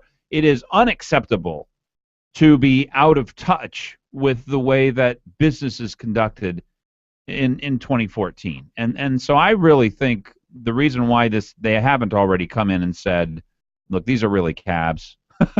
You can't just not come to the city and not ask for. The reason that they haven't done that is because they know if I cut off everyone 35, 40 years old and under who understands that the app generation is really going to be in charge at some point, I'm essentially killing off my political career.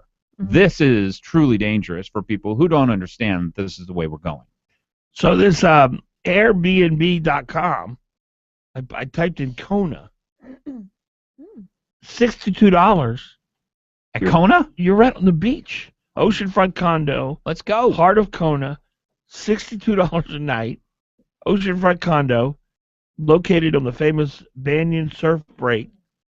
3 miles from Kalea Village. It's unbelievable. And I'm looking at the room. It's a nice room. Would you look up Kihei there? Look up what? And their reviews. I'll cancel my reservation. Yeah, 569-1080. If you're going on vacation, right. We'll find you a room. Yeah, seriously. And there are reviews. The condo is beautiful. We love staying there. Enjoy the fresh air with the beach. The apartment was great. You come in, everything is white, and then you see the ocean right in front of you, and the huge window. $62 a night. I mean, this is unbelievable. This business has to be thriving. I wonder why. Have you guys heard of this B&B? No, I've never heard of it. How did you find out about it, Brian? I had a friend in town who did that after her kids grew up, moved out. She had these extra rooms in her house, and that's what she did. And did she do really well at it? Yeah, she would get people coming into town that were going to stay for a month, and nice. And they would come and just stay, and she would take care of them for a month, and yeah. But how do you know you don't get some crazy person? See, that's what I'm worried about, those people that came to stay with her.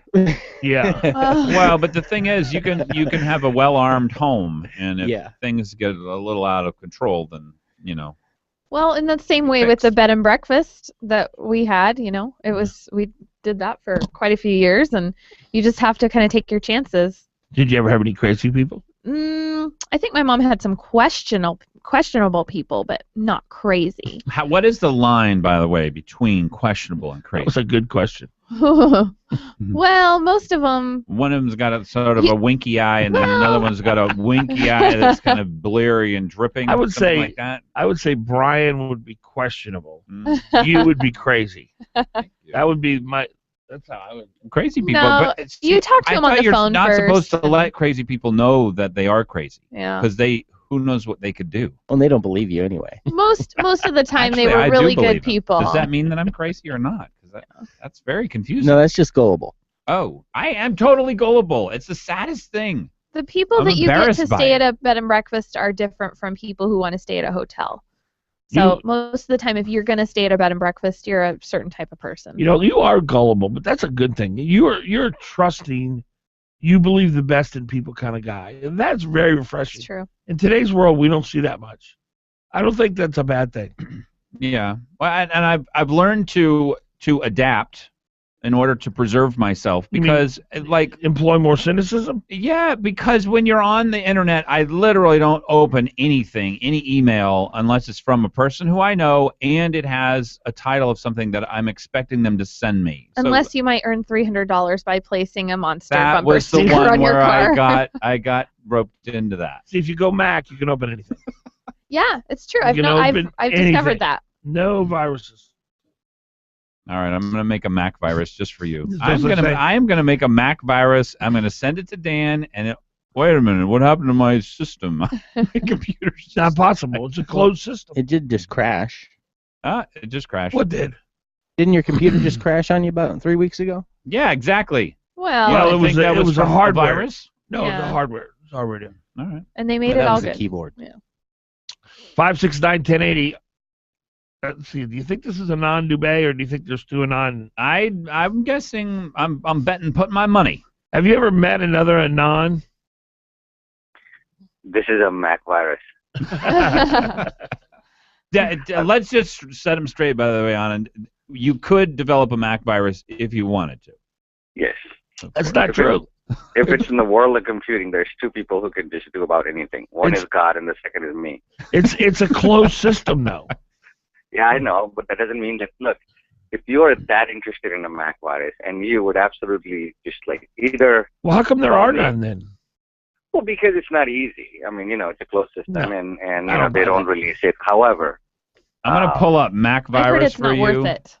well, they're not as prevalent. Let me just put it this way: the biggest thing is, and it's like. That's because all the stinking Mac people keep developing viruses for PCs. I'm gonna go type in Mac virus. Whatever. Mac antivirus 2014. Would somebody make a program to stop antiviruses? Are you a Mac guy, Anon?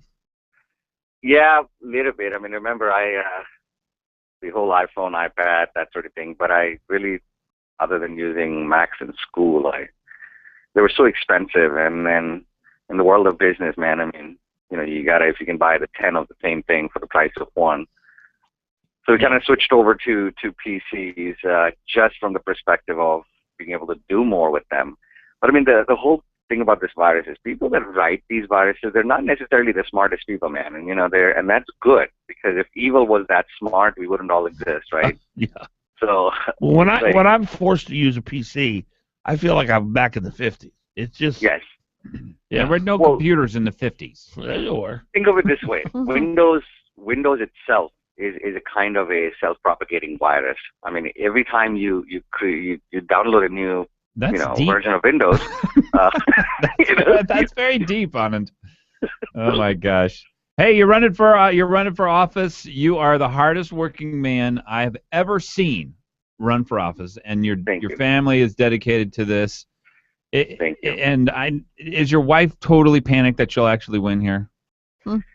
Yeah, we are definitely, let's say, hoping to win, and a lot of hard work by not only Shivani, but my parents, and heck, everybody in our family does something. Even my dog got me a yard sign and a vote.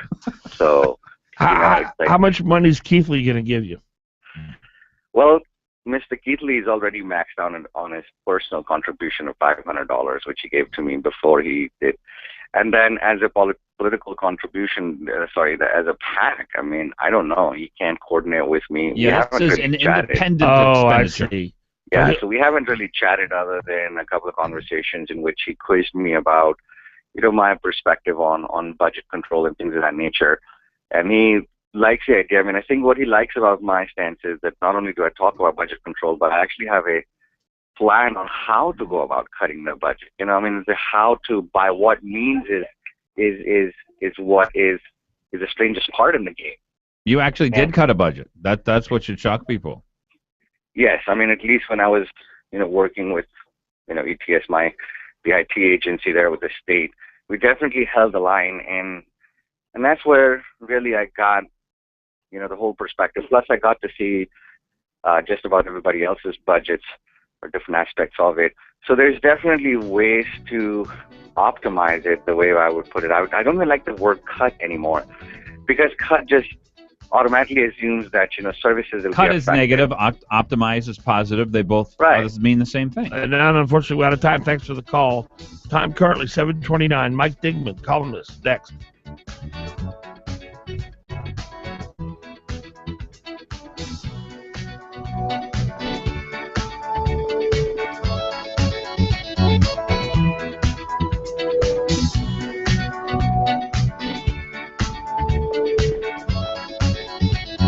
Network. The bulls are running on Wall Street after the Dow and S&P 500 hit new record highs yesterday. Investors are also welcoming the vote in Scotland to reject independence from the United Kingdom. Shares of Home Depot are trading higher. The company says it believes a cyber attack earlier this year affected about 56 million cardholders at its stores in the United States and Canada. This is the first time Home Depot has released details about the data breach that took place between April and September. It's also bigger than last year's massive attack on Target. Home Depot says customized malware that was behind the attacks has been eliminated from its network, and it's taken steps to better safeguard customer data. Rockwell Collins also getting a bump today. The company's board has approved another $500 million share buyback. Rockwell is a military contractor and jet equipment supplier. With the Fox Business Report, I'm Adam Shapiro. You've been thinking about moving over to solar power for your home. So are a lot of other people, which is why some power companies are pushing for extra fees to make up the difference. Get caught in the middle or go with a trusted local solar company and actually own it with no down payment, interest, or payments for a whole year. Get all the tax incentives you're entitled to while you still can. We finance. Call for your free in-home assessment. Call 1-800-MY-SOLAR today. My home, my savings, 1-800-MY-SOLAR. With KOAN News, I'm Chuck White. Alaska State Troopers say a driver in a car that had been reported as suspicious died almost instantly while trying to elude police. They say the driver took off on Spruce Avenue and crashed within 2 minutes at the intersection with Church Road near Wasilla. He was pronounced dead at the scene by Matsu medics. Regional fishing associations around the country are uniting on a plan to strengthen laws that govern fisheries in federal waters. Claudia's Ann Kendall reports an abandoned harbor seal pup is starting a new life. The seal pup was 4 days old and still had its umbilical cord attached when it was found in June on a Carlson Bay islet, where seagulls were pecking at him almost to death. The skinny and injured pup wasn't initially expected to survive, but after rehab at the Alaska Sea Life Center, he got up to 57 pounds and now has been released back into the wild to start his new life. Aw, that's your Hot Talk News update.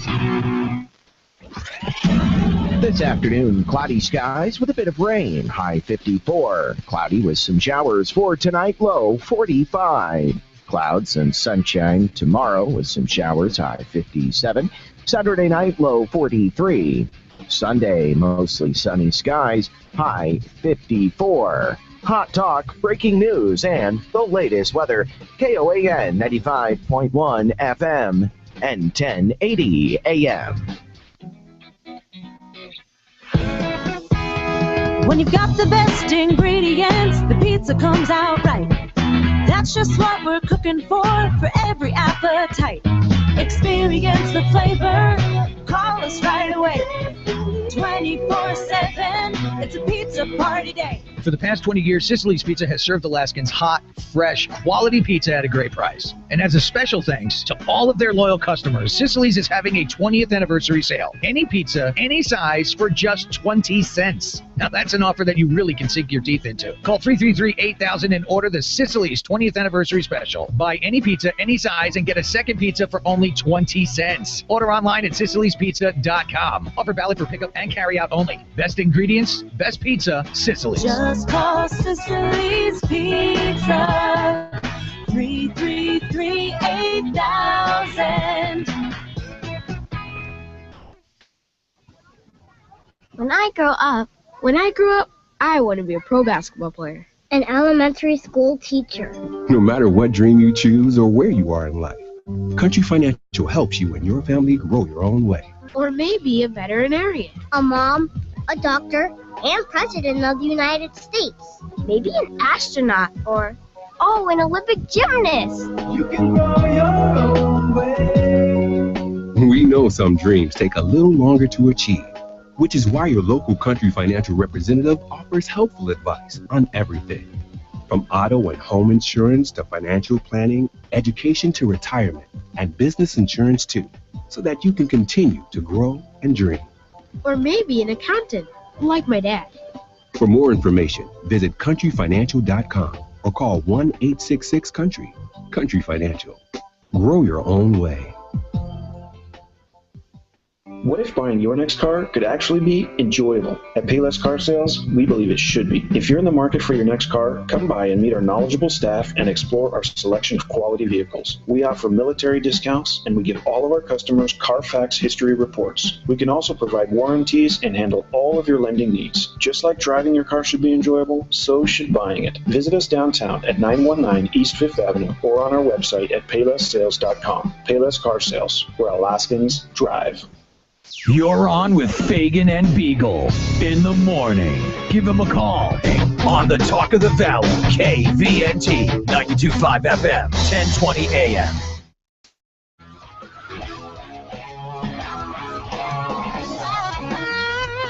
$7:35 in the morning on this Friday. Congratulations, you made it to Friday.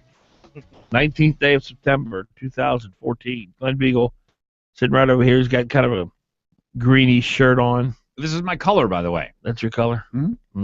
Forest green. My favorite color. You remember what? It's the same color you were wearing last time I was here. I don't find you more attractive. We had a today. whole forest green discussion after you Really? ran out. Well, last time I was here, you ran out. Yeah, you intimidate me. Yeah. Mike Digman, columns for the Daily News. The Alaska Dispatch News. Alaska Dispatch. He's got kind of a striped shirt going thing. Yeah. Very fancy. We get webcams now, so I had to dress up a little bit. I wear my Batman sweatshirt. Clearly the best dressed in the room. Bonnie's got like sweats on. I know. That's Friday. I thought it's casual Friday. So Casual Fridays. I wore my nice hoodie. Mike Digman, I so appreciated your column. I love to know what the tax and spend folk are up to, and you laid it out there pretty good. Well, you know, it's the premise of the column is that there's a 60% rule taxes, right? You have to get 60% of the public to vote for them in Anchorage. And they never do. So, but the way around that is a charter amendment only takes 50% plus one vote. So if the 60% rule is in the charter, so all you gotta do is change the charter. And we know from when Mark Begich ran the first time for mayor, and it used to be they had to have 50% of the vote to be mayor, and Begich never had a base of 50%. They always had exactly 45%. Yeah. In every single election, you always gotten 45%, and they never would win in the runoff. Right. And so they changed the rules, so you had to have 45% in order to win. 40%. 40% in order to win, and he got 45.1% in the election and won the election the same year the same election that charter amendment passed. Yes. So now they've set the precedent, and it held up to scrutiny, to legal scrutiny. Right. So now they've set the precedent that you can do that in the same election. So they could pass a charter amendment and raise the tax all in the same time. Right. With 50%. Yeah. Plus one vote. You're reporting that, according to your sources, Dick Cheney and others on the assembly, Dick Cheney admitted to me he's got an alcohol tax ready to go. Oh, he told you personally. Yeah, yeah. I have a quote from him in the column. And I think we already have the highest alcohol tax in the nation. It's a state tax. Yeah, there's no local tax in alcohol. He has a local alcohol tax ready to go. He wouldn't say how high, but he said substantial. But that would be on top of the state tax. Yes. So it would be just through the roof. Yeah. And a marijuana tax. Yeah. Assuming it passes. And what I didn't put in the column, but I've heard from other people, is that he says he's going to tax something out of it. So out of marijuana. Yeah. So tax and THC out of it. Exactly. And I think most people are assuming that bill is going to pass, the marijuana bill. It's been up and down in the polls, but this is Alaska. The vote yes people. Taylor Bickford's been saying that like 16. We have the highest usage in the country, which is true. It's about 16.something%. Yeah, and it's about 100,000 marijuana users in the state. 100,000. Yeah. And I want to know how many of those are pro-gun rights. How many of those people are, they talk about liberty and don't come into my home and don't mess with my rights. How many of those people do you think are Pro strong Second Second Amendment supporters? I don't know. That would be I think something there's- interesting to find out. Well, the one thing about the marijuana thing is that it's brought kind of strange bedfellows together. You know, the group against it. There's Deb Williams, who used to be Democratic Party, the DNC, the Alaska Democratic head. Taylor Bickford ran Bill Walker's campaign. He's fairly Republican. He's a little bit more like me. He's more libertarian. He was straight, also head of the redistricting. Redistricting board, and it's weird that some of the Democrats are coming together against the marijuana initiative, and there's a lot of Republicans coming out really in support of it. Bruce Schulte has been really out in front and in support of this. He ran for the Republican chair this last time. And, there's weird bedfellows in this whole thing, and but there's it's gotten a lot more Republican. They just formed a group Republicans for Prop 2. There's been a lot more Republican kind of libertarian strict people in favor of it. What do you believe the impact of this initiative will be? It depends on what the regulators do. So if they make it legal, there's a 9-month rulemaking period after that, and so that's the time when. And that would be who would be the regulators? The legislature. The legislature would create a board. Okay. And just like the alcohol, alcohol is regulated. There's a board that regulates alcohol, and so they could make rules. Like you couldn't used to do hard alcohol commercials on TV, right? Okay. There used to be those kind of rules, and so they make these same kind of rules. So say, they could say no edibles. Like Colorado's already gotten rid of the lollipops and the gummy bears and all that kind of stuff. You could say no edibles. You could even say no advertising is allowed, or minimal advertising or minimally invasive advertising or something like that. They can pretty much make whatever rules they want within the parameters of the law. And this would be the board who would be appointed by the legislature or appointed by the governor and approved by the legislature? I'm not sure how the initiative reads, but it would be appointed, in some form. Yeah.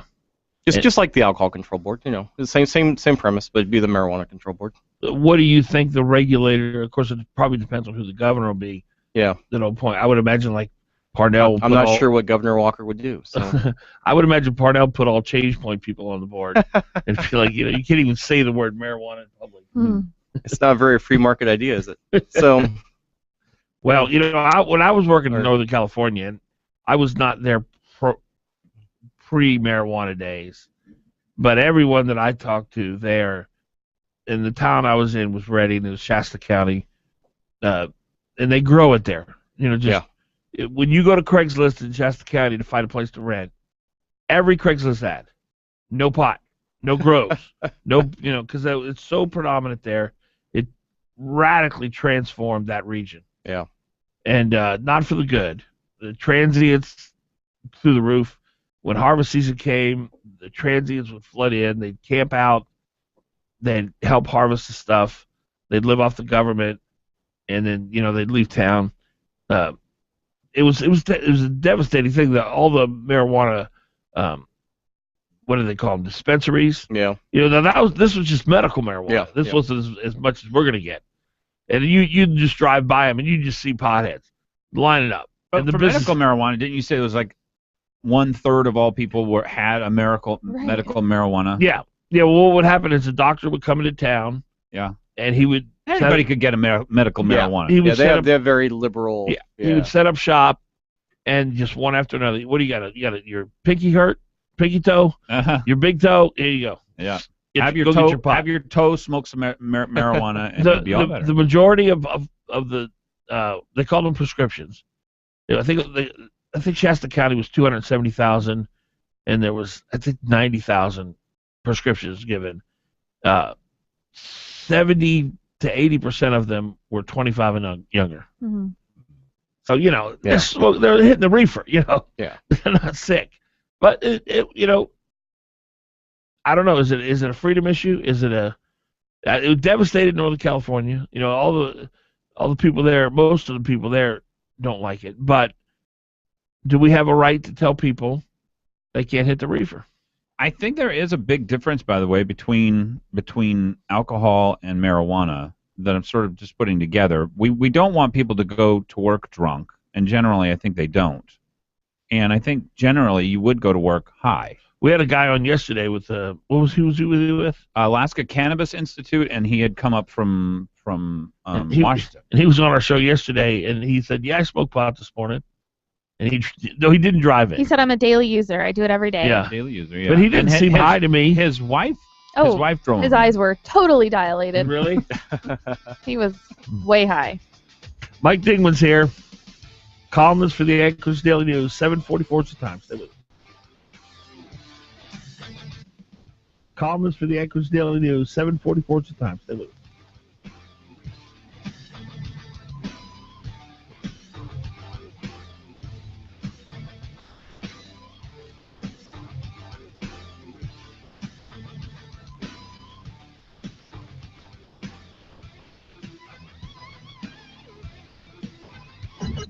Vegas.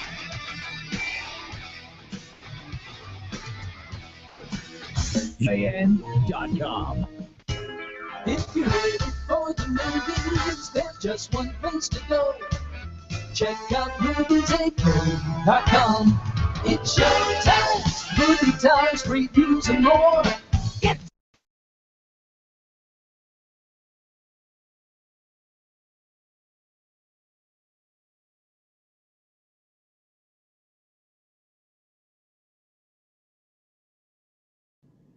Put people on 8-hour shifts. Yeah. And what are they now? We're all 12s. Okay. Well, we were. Like when I started, we were all 12-hour shifts. You work Okay. week on, week off. Okay. You work 6 a.m. to 6 p.m. and then we take a week off, and then we do 6 p.m. to 6 And how many days a week? 7 days. Inflammatory and inaccurate. Shamefully, Begich has even resorted to attacking Dan Sullivan's service to our country. Mark Begich isn't true Alaska. He's pure Washington. I'm Julie Bates Sullivan. After 9/11, my family left our home in Alaska so my husband, Dan Sullivan, could defend our country, first in the White House under Condoleezza Rice, then deploying overseas as a U.S. Marine. Now Mark Begich is attacking Dan for that service. As somebody whose family has been in Alaska for thousands of years, I have a message for Mark Begich. Alaskans respect military service. We don't attack it. I'm Dan Sullivan. I'm running for the U.S. Senate, and I approve this message. Paid for by Sullivan for U.S. Senate. Hey, it's Guy Fieri. If there are good times going on and you're not part of them because of heartburn, get back in the game by rolling out the Rolaids. Don't let heartburn keep you from enjoying the things you love. Rolaids gets you back in the action fast. Its dual-active formula neutralizes more acid than Tums. For acid indigestion, upset stomach, and heartburn, get rapid relief with Rolaids.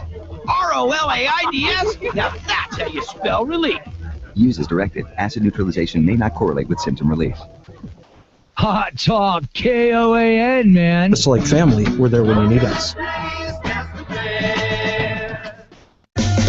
Fagan and Biegel. Weekday mornings from 6 to 9 a.m.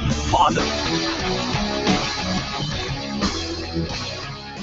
7:47 Friday morning. Welcome. Keith Montanak, he's a mechanic you can trust. If there's one thing you want from your mechanic, it's trustworthiness. And Keith Montanak's been in business so long. He's worked on my car, many of my cars through the years. The guy he just treats you right, doesn't overcharge you. He's good too. His team, they're up on the latest technology. Keith Montanak, Specialty Truck and Auto, great location if you live anywhere along the hillside. He's right there across the street from the Long Branch Saloon off of Abbott. Keith Montanak, Specialty Truck and Auto. Give him a call, 349-1637, 349-1637. Mike Dingman's here. He is columnist for the Alaska Dispatch News. Alaska Dispatch News. Formerly the Anchorage Daily News. Still the ADN. I still think it's a left-wing rag, but I see it. I believe it's much more fair now. It's got a better Alaska focus now. It does. It's more local, Yeah. and I see them printing things like on Begich that I know Pat Doherty would have never printed. So I've seen, and I think Nat Hertz, frankly, does a pretty good job. Nat Hertz, I think, is I used to say that Kyle Hopkins and Nat Hertz were the two best reporters in the state. Now Yeah. Kyle Hopkins has left.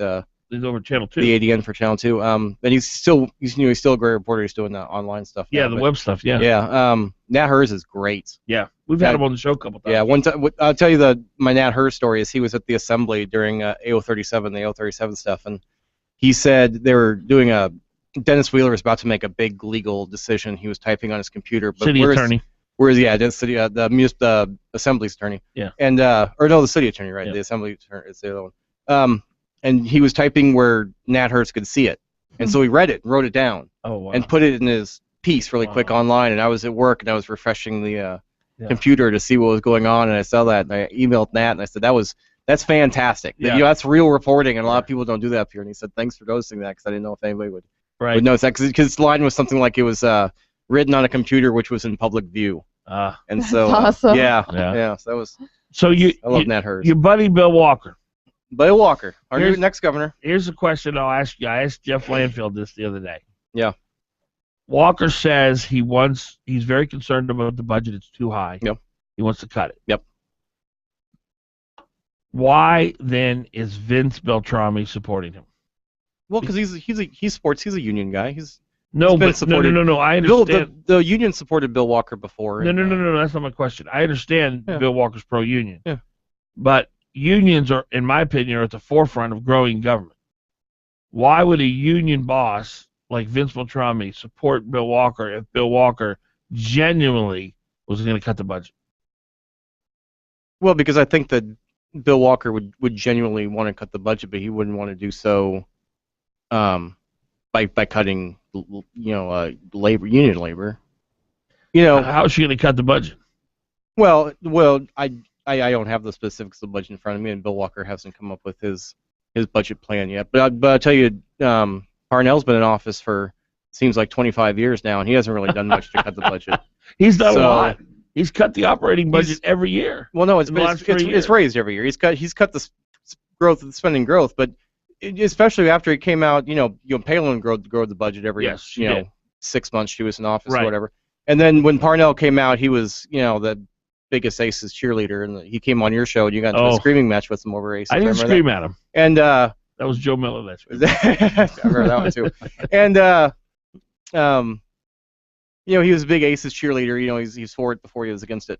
And he grew government every year until the last couple of years. And he's cut the growth, but the budget's been up every single year he's been in office. Capital budgets have been big, but he's cut the operating budget. The operating budget's growing every single year. He's cut the growth of spending, but it still goes up every year. This is the part that's very confusing to me, because he was just in here yesterday. Said the operating budget was $8 billion. Mm-hmm. 2 years ago. Last year it went to $7 billion. This year was $5.9 with the $350 million that will be put into pay off our failed retirement system here. That'll raise it to 6.2 or 6.25 billion. But what he's done is he's moved a lot of money. So he's made it look like he's lowering the budget. He's moved a lot of money in the capital budget. It's not actually capital budget money. They do a lot of spending bills that don't look like part of the budget. Last year he came out with like a $5.9 billion budget and sent it to the legislature, but it didn't include a lot of stuff that they were contractually obligated to spend that he knew the legislature would have to put in later. But that's generally true all the time. So when he comes out and stands in front of the lectern, he can say, hey, this is my budget, it's very low, and the legislature will do what they will with it. But then he knows that they have to add another $1.5 billion in this money that he didn't put in there that's contractually obligated, And he does stuff like that. But then they'll move money around so he looks good. But we're growing government every single year no matter how you look at it. If you look at the total amount of money we're spending, we're growing government every year under Parnell. Well, I would imagine that would be the case. I mean, with the amount of, and I've always thought that was the case. That's not the argument that he makes. Well, of course not. Because now he's scared. Because now he's got a competitor that's got an 8-point lead on him, according to a Hayes research poll. Yeah, you really for the first time ever, 25%. For the first time ever, he's got he's about 37%. For the first time ever, he's got to win an election. Yeah, and it's scaring him because he didn't get into the governor's office by winning an election. He got into it by Sarah Palin quitting and putting him there. He couldn't win an office. He couldn't win a Congress. Don Young named him Captain Zero, and he just had no chance there. He had no chance winning on his own. He's had to do it by, getting put into office by Sarah Palin, then winning as the incumbent, which is much, much easier as anybody that's never run for office knows. Does Walker have to come out with something he's specifically going to cut, some kind of an approach, or I don't think so, because Sean Parnell's never done it. Going to believe it. Well, Sean Parnell said he dropped it from 8 to 7 to 5.9. Yeah, but what's his plan this year? What's he going to cut? I don't know. Everybody tells me Walker doesn't have a plan for what he's going to cut, but I scoured Sean Parnell's website and looked for what he was going to cut, and there's nothing there either. Yeah, there's no plan for cutting anything on Sean Parnell's website. I happen to know Well, I know, and he's been in state government for 100 years. The inside information. So he's got to know. But I do know that his, the people in the legislature and his commissioners have been told that cuts will be coming. Yeah.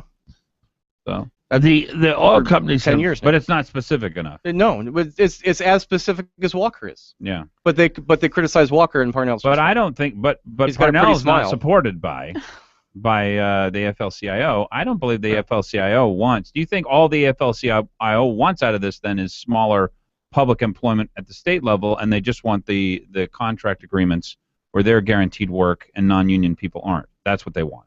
Probably. Yeah. Oh, I liked what. Well, Sean I mean, the Parnell said. AFL-CIO is all they're not. I mean, they support public unions. And to me, public employee unions, and I'm a member of a public employee. I'm a state employee. So public employee unions and labor unions, private labor unions are two completely different monsters. If you're a public employee and you're all out there on your own against governments who if they they can do whatever they want, and the courts can say, hey, you can't do this, and they can still say, oh, we're going to do it anyway. Because and so you're all by yourself, and so the public employees really need somebody to stand behind them. 569-1080, Jerry, you're on with Mike Digman, columnist for the ADN.com. Yeah, I appreciate his comments. And in the paper this morning, I think there was an article there that Parnell wants to fund this road out of Juneau up to 50-some miles or something like that. Yeah. And its estimated cost was 200 and some million. Now it's ballooned to 700 and some million. And the maintenance and upkeep of the road through Avalanche area is a ridiculous cost of well over $20 million a year. Mm-hmm. The guy is just spending us into the deep pit. Ridiculous. Absolutely ridiculous. So you think the Vince Beltrami, Bill Walker ticket will spend less? How's that? You think the Vince Beltrami, Bill Walker ticket will spend less? I think so. Really? With less competition? I think they'll look at these different issues and say, now, is this worthwhile? Thank you, Jerry. Is this a worthwhile project? And Thank you, Jerry. Parnell just seems like it doesn't make any sense. Thank you. Mike, the oil companies have spent $430 million advancing the gas pipeline. Why would they do that if it's not going to happen? If they weren't serious about this? We spent. I think they are serious about it. I think they do want to build a gas pipeline. Then why do we want to put in a different I think they want. Who's going to go to war with the oil industry when Parnell is this close to getting to the pipeline? Well, I don't think Walker's can go to war with the oil industry. You don't think so? I think Walker's been a fan of a big diameter pipeline where he can. But he wants it to go through Valdez because he's already made like $15 million working for the city of Valdez as an attorney. That's his thing. Yeah. That's his one issue. And then Exxon's already buying property at Port McKinney or on the peninsula. Yeah. So Walker's obviously going to change everything. We're so close. My opinion is if Walker gets elected, the pipeline will never happen. I think the pipeline will happen. The thing is, you could send natural gas down the existing pipeline. Down the corridor or in the pipeline? Down the corridor. Yeah. Right. Mm-hmm. And you can even retrofit the current pipeline so you can send it down the pipe. Right. There's things you could do to send it down the pipe. Now I'm not an oil engineer. I know. I hear these things. I don't know the very specific details. The current, but there's two ways you could send it down the current pipeline. Designed to be gravity. But you can send it through the corridor for sure. Yeah. I think if you turn it into LNG, you could convert it to LNG on the slope and ship it from there. Yeah, you'd have to ship it out. Now, do you think that Walker might back away from only doing it through Valdez and maybe send it through the peninsula? I think he would be open to different ideas. Parnell won by the biggest margin ever in the history of the state as governor. So you can't say he's never won an election. As an incumbent.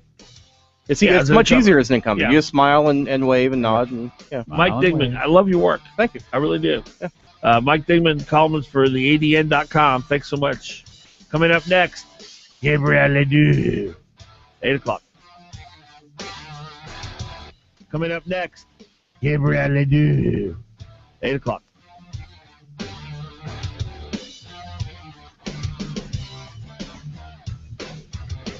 Well, experienced gardeners know this is the time of year to begin planting those things that'll need a very good start to be beautiful next year. And that is very fortunate because so many of the best items for planting are sale priced this weekend at Bell's. All bare root trees and shrubs in Bell's Nurseries are sale priced at 50% off this weekend, and all the remaining perennials are 50% off as well. Buy them now, plant them now, they'll get more beautiful every year. And store your beautiful hanging baskets and winter them over in Bell's greenhouses, where they'll be expertly tended all winter and will be all ready for you to pick up next spring. However, space is limited and Bell's fills up early, so bring your baskets in right away. In the Specking Road gift shop, there's new Department 56 Halloween items in stock, plus all kinds of fall linens and decorations. And all C's candy bars are 2 for the price of 1. And October 23, 24, and 25 are the dates for the Big Zappy's Silver Restoration Clinic at Bell's and Specking Road. Call 345-4476 to make your appointment with the experts from Zappy's, Bell's Nursery and Gifts on Specking Road, and Bell's Nursery on Cranberry. Hot talk all day. Hot talk every day. 95.1 FM, 1080 AM. KOAN, Anchorage. Fox News Radio, I'm Pam Puso. A failed bid for Scottish independence leads to a high-profile resignation. Fox News Radio's Simon Owen live in Edinburgh. Pam, less than 12 hours after losing the vote, Alex Salmond, who headed up the pro-independence campaign and also heads up Scotland's Parliament as First Minister, saying he's stepping down. I think the party, Parliament and country would benefit from new leadership. Salmond speaking here in Edinburgh, saying he's proud of the 85% turnout for yesterday's vote, and as leader, my time is nearly over. But for Scotland, the campaign continues. He says for those who want Scotland to become an independent country, the dream will never die. Pam. Thanks, Simon. The French enter the fight against ISIS in Iraq. Joining U.S. forces in the battle against ISIS, the French carried out their first airstrike, destroying a logistics center in northeastern Iraq. The office of French President François Hollande released a statement saying the target was entirely destroyed and that operations would follow in the coming days. Fox News Radio's Emily Wither, awaiting President Obama's signature legislation authorizing the arming and training of rebels in Syria. There are big questions in the small Florida town of Bell after police say a 51-year-old man shot and killed 6 of his grandchildren, his adult daughter, and himself. Keep this community, the families, and our children in your prayers because they need it. Gilchrist County Sheriff Robert Schultz on Thursday, Don Spirit had called 911 to say he might hurt himself or others. By the time police arrived, it was too late. Shots flew in France during a class trip. Authorities say a mentally ill man fired his hunting rifle at a group of students today. 2 were hurt, 1 seriously. That man taken into custody. You're listening to Fox News Radio, fair and balanced. Attention homeowners, I'm Jay Farner, president of Quicken Loans, and I have some important information for you regarding the U.S. government's Home Affordable Refinance Program, or HARP. We've told you about HARP in the past, and more than 3 million homeowners have already taken advantage of this money-saving program. But there are so many more of you who could be saving hundreds of dollars every month on your mortgage. And Quicken Loans is here to help you save your money. The home loan experts at Quicken Loans fully understand the HARP guidelines. If you weren't HARP eligible in the past, new guidelines could mean that now you are. Give us a call and we'll give you a Quicken Loans mortgage review. It's simple and easy. And for 4 years in a row now, J.D. Power has ranked Quicken Loans highest in the nation in customer satisfaction for primary mortgage origination. Call 800-QUICKEN. That's 800-QUICKEN. Or go to quickenloans.com for a mortgage experience that's engineered to amaze. For J.D. Power award information, visit jdpower.com. Pivot example excludes taxes and insurance calls. For cost information, equal housing lender license in all 50 states. When you've got the best ingredients, the pizza comes out right. That's just what we're cooking for every appetite. Experience the flavor, call us right away. 24/7, it's a pizza party day. For the past 20 years, Sicily's Pizza has served Alaskans hot, fresh, quality pizza at a great price. And as a special thanks to all of their loyal customers, Sicily's is having a 20th anniversary sale. Any pizza, any size, for just 20 cents. Now that's an offer that you really can sink your teeth into. Call 333-8000 and order the Sicily's 20th anniversary special. Buy any pizza, any size, and get a second pizza for only 20 cents. Order online at sicilyspizza.com. Offer valid for pickup and carry out only. Best ingredients, best pizza, Sicily's. Just call Sicily's Pizza, 333-8000. Being a business owner isn't easy. There's managing people, customers, income, expenses, unexpected issues, growing your brand, and so much more. Ready to be more efficient in everything you do? Then listen to Getting Down to Business with David Weatherholt. Each week, David gives you the inside scoop on the latest business news and trends, along with tools for keeping your business on track. Getting Down to Business with David Weatherholt. Saturday from 8 to 10 a.m. on Hot Talk, KOAN 95.1 FM and 1080 a.m. Why is A&A The Shop Alaska's independent Subaru specialist? How is it they've been voted the best shop in Anchorage not once but 6 times? Well, it's pretty simple. They offer the best warranty in the business. If they work on your Subaru, you're going to get a 3-year, 36,000-mile warranty on both parts and labor. That's unheard of. A&A The Shop deals exclusively with Subarus, and they also offer $35 oil changes. All their technicians are ASE certified. Call A&A The Shop for an appointment. 562-3919 in Anchorage and 696-2096 in Eagle River. Alaska's Energy, America's Values, paid for and is responsible for the content of this advertising. Not authorized by any candidate or candidates committee. EnergyandValues.com. Mark Begich is unbelievable. Washington thinks it knows what's best for Alaska, and that's what I'm fighting against every day. Fighting? Begich voted for all Obama's appointments, like Sally Jewell as Secretary of the Interior. Jewell immediately said no to exploration in ANWR and no to a King Cove road. Begich didn't fight Washington. He rolled over, like he rolled over for Obamacare. Now Begich is trying to duck and hide. On Obamacare, on oil taxes, on cap and trade, on the IRS scandal, even on ANWR. How can you deliver ANWR, Mark, when Harry Reid says a Democrat-controlled Senate will never allow an ANWR vote? Alaskans can't trust a thing Begich says. It's time to replace Malarkey Mark with U.S. Senator Dan Sullivan. You're on with Fagan and Biegel on Hot Talk. Fagan, Biegel. Weekdays 6 to 9 a.m. Hey, how about that? It's Friday morning. You made it. Congratulations. Fagan, Biegel, and Bonnie.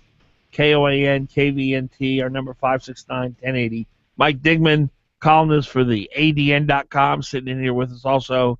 And we're going to welcome to the broadcast our friend Gabrielle Ledoux, state representative. How are you, Ms. Ledoux? I'm doing just great. Great How to are hear you, Dan? It's great to hear your voice. It's been a while since I've talked to you. How you been? I've been great.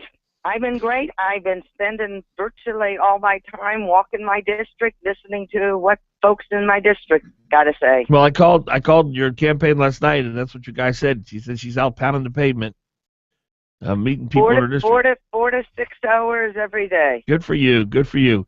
So you're one of the lawmakers that Brad Keithley is targeting, claiming that I'm on the Brad Keithley hit list.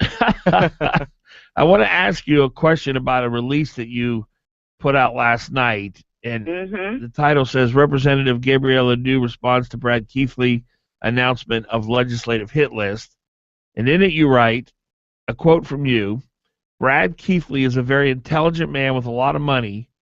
He also has a reputation for bullying and taking advantage of women. Can you explain? You know, I am not going to get into details on that. I'm going to let the press do a little bit of work there, because the information that I know, I am not allowed to name names. You know, people have told me things in confidence, but it's out there. We're talking about basically a narcissistic thug. Narcissistic thug? Yeah, a narcissistic thug. Well, you say you don't want to name names. Can you elaborate on the type of behavior that you're talking about? It ain't very nice. Well, can you? I mean, I'm not going to elaborate anymore on it, Dan. Well, I'm just going to hope that my statement will empower some of the women who've been involved with some of his unnice things to come forward. Well, you understand, Ms. Ledoux, when you say unnice and it's horrible behavior, people are going to automatically think the worst. Isn't it? They can think what they want to think. But isn't it kind of irresponsible to just paint such a broad picture without... I don't think it is, because I believe what I have been told. So you've heard from people personally firsthand, or is this secondhand, thirdhand, through the grapevine kind of stuff? Some of both. Some of both. How many people have you talked to firsthand personally? A couple. 2 people? A couple. That would be 2? I'm not going to go beyond that, Dan. Not going to go beyond that, but it's out there. Is it out there on the internet anywhere, or is it? Actually, some of it is out there on the internet. Some of it is out there on the internet. Well, you know, I understand, Ms. Ledoux, what you're saying, that you don't want to name names and you don't want to betray people who confided in you. That's right. I don't, and I won't. No, I understand that, but what you're really doing here is you're painting a pretty bad picture of Mr. Keithley without backing it up. You're basically just saying he's been involved in some very bad behavior, and you're leaving it there. And that's right. I am. Why do you think it came out with this list, and why you want it? You know, frankly, I have no idea why I'm. Well, what did you hear when he says, "I'm coming out with a list, and I'm going to tell you who it is"? What does he say he's trying to do with this list? He says he's trying to cut the budget, make sure that the budget gets cut. And so, for example, so he's supporting a Democrat who is endorsed, for example, by the NEA. Now, Mr. Keithley, one of the areas where he goes around the state and says things need to be cut, we need to make the hard choices. So he endorses an NEA-endorsed Democrat. Is the school budget between the university and the K-12, is that the highest area of our state budget?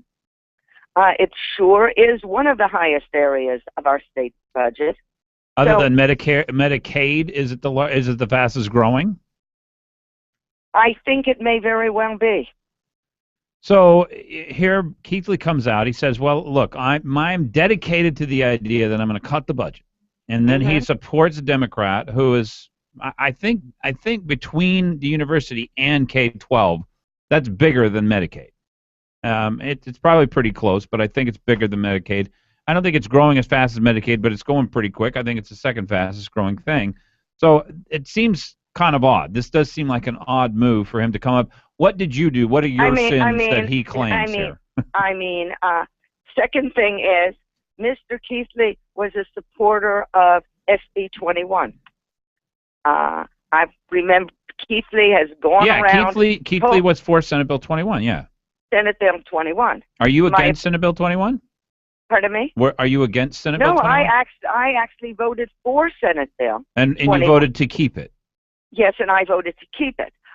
My opponent says that she voted yes. At least, I don't think that's on her official website, but certainly that's what she's telling people. Well, I would say that every Democrat would have voted yes. There aren't very many Democrats in the state, but I would guess that they would because they thought that it was going to empower public unions.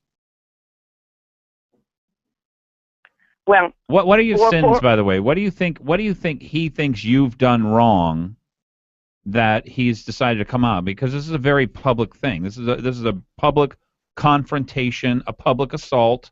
He is putting his money where his mouth is. He doesn't think you're the right person for the job. What does he have a problem with? Did your district get a lot of money, or what was the deal? I certainly don't think that my district was one of the ones that got huge amounts of money. I tried to make sure that my district got its fair share, but for example, if you're talking about the really big money went out to some of the rural areas. I think that he just wants to be important. Well, what's your approach to spending? I know that the governor, whoever the governor is... I'll tell you what my approach to spending is.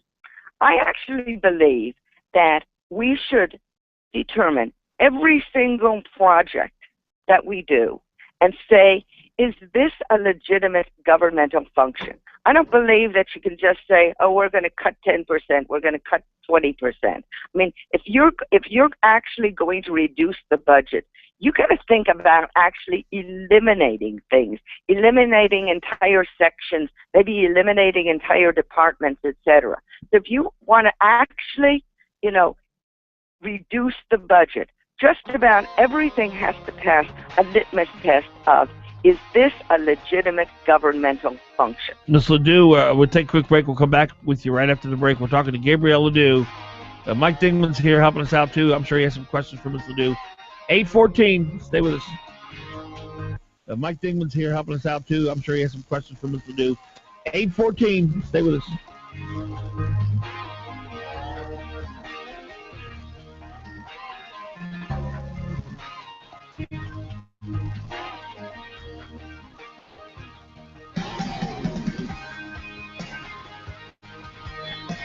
Don't just sit there. Give them a call. You're on with...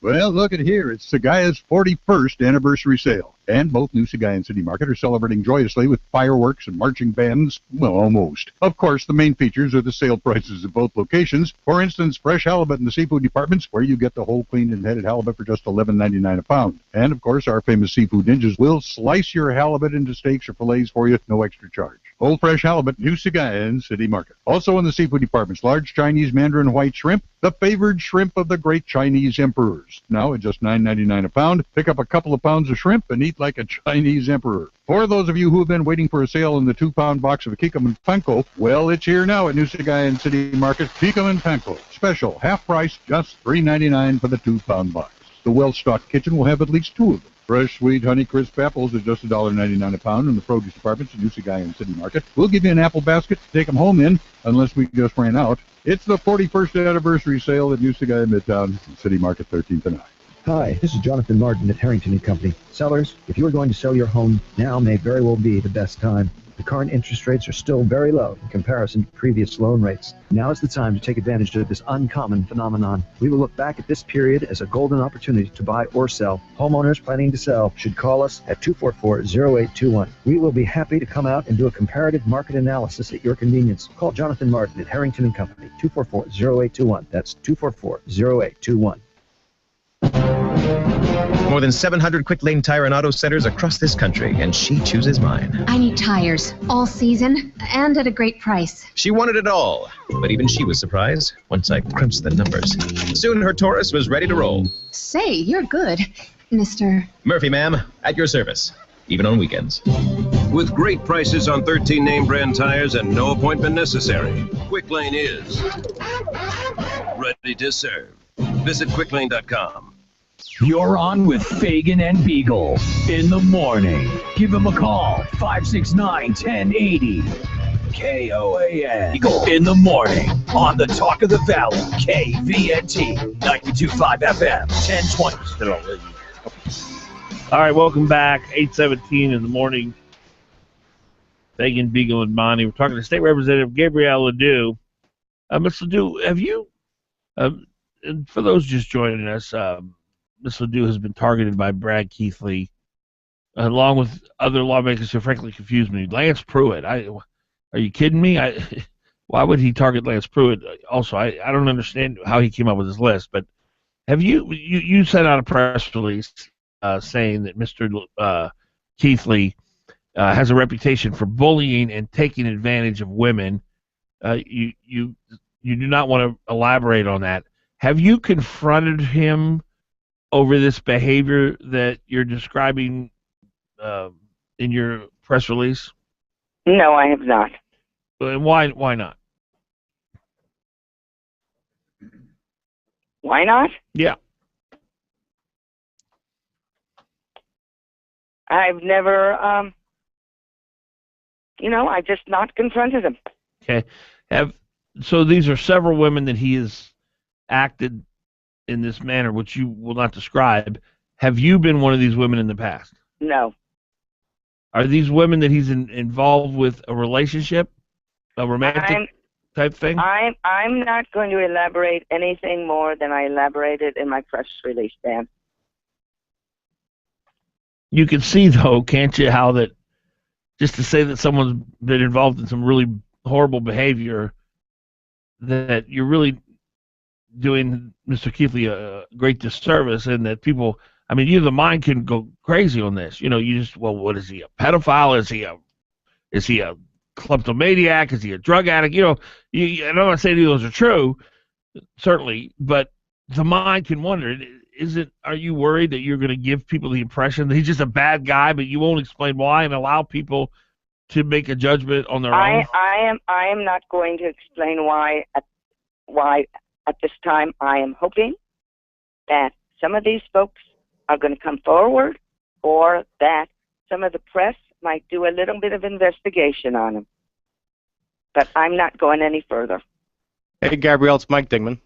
Hi, Mike. How are you doing? Good. I'm one of your constituents, as you know. I know you are. I keep stopping by your house, I think, in 4 years of knocking on doors. You've gotten me once, I think. Once. Yeah. Dingman's a player. He's out. He's out on the scene. Yeah, I work weird hours, and I'm sleeping half the time, and I'm working half the time, and then I'm, in the summer I'm out enjoying the trails and the parks, and I've actually each time I've come over there, I've thought, gee, it would be really nice to run into Mike.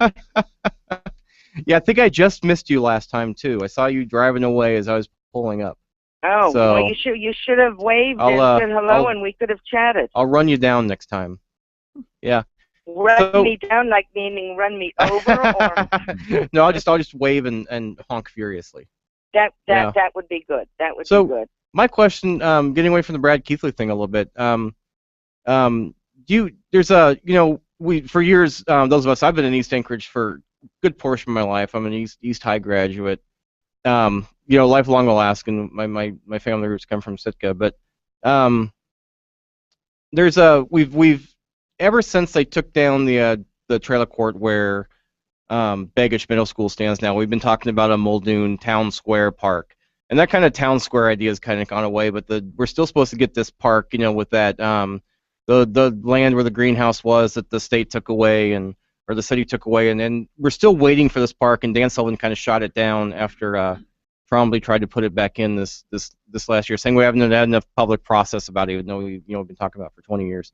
Do you know anything about this park and when we might get to see this park finally? Because I was on the Northeast Community Council when we really started talking about the park, and I think that East Anchorage, we are one of the most dense places in the municipality, and I mean we really do have a need for a park there, and for more park space. And fortunately, I mean, if you're going to talk about process, and I mean, this has now gone through the process. I mean, multiple times. Yes. Yeah. And where this thing stands now is that if you look at the East Anchorage district plan, the park in its entirety is there.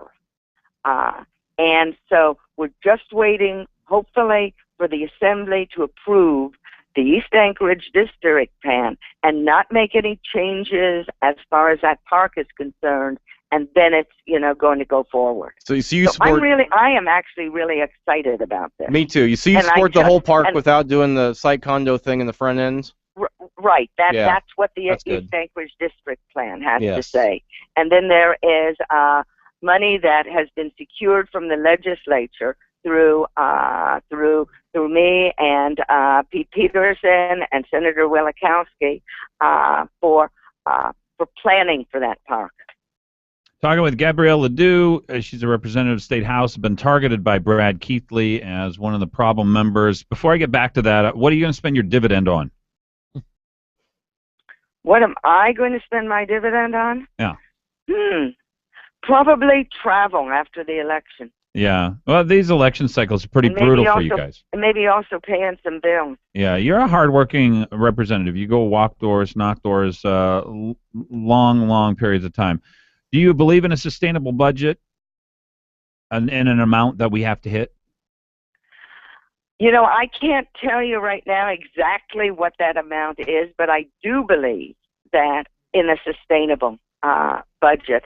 And I think one of the ways to get to a sustainable budget is by determining every single thing, every single line item in the budget by, is this an essential governmental function? Well, do you go through that? Are you expecting the governor to do that? Is this something that you do each time and highlight things? And is the sustainable budget lower than where we are, or maybe it's higher? No, it certainly isn't higher. I mean, I'm expecting the governor, and I am expecting our finance committee to try to do that. That's what I would like to Why see. do you think Brad Keithley targeted you? Well, I'm not on the fight because I wouldn't say that I would not commit. Of course, I don't think virtually any of our members committed to not joining the caucus if the caucus has a rule that says you have to vote for the budget. That's always been the rule. But you wouldn't have been the only one who would have said that. I think every person who joins the caucus says we will vote for the final budget. That is exactly the case, and But he's highlighting you. Why? I just don't understand. I don't understand why Brad Keithley has targeted you. I don't understand why Brad Keithley has targeted me either. You don't feel any responsibility for a government that's too large? You are not part of the problem? I mean, am I part of the problem as opposed to anybody else in the legislature being part of the problem? Am I one of the driving forces behind the high budget? No, I don't think I'm a driving force behind a high budget. I think that we need to, generally, as a legislature, take a look at what we can do, and I'm thinking, I think three things actually. Okay, number one, every bill, every bit of money has to be reviewed by, is this an essential governmental function? Well, who would do that, you or the governor? I think that's both bodies do it. I think both bodies do it. Secondly, I think that at the beginning of a session, we should decide what the budget is going to be. What's the target? You don't agree that the $5.9 billion that the governor came in with, and he says it was down from $7 billion and it went to 5.9. That you don't think that target was reasonable? He needs to come down further.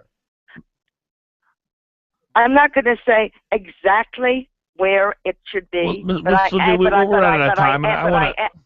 to say exactly where it should be right now. But what I am going to say is that the process is, we kind of decide what we want to spend, but kind of This will do. Yes. We're running out of time, and I want to make sure we wrap up this segment with Mr. Keithley, because this is such a strong accusation in your press release saying that he's bullying and taking advantage of women.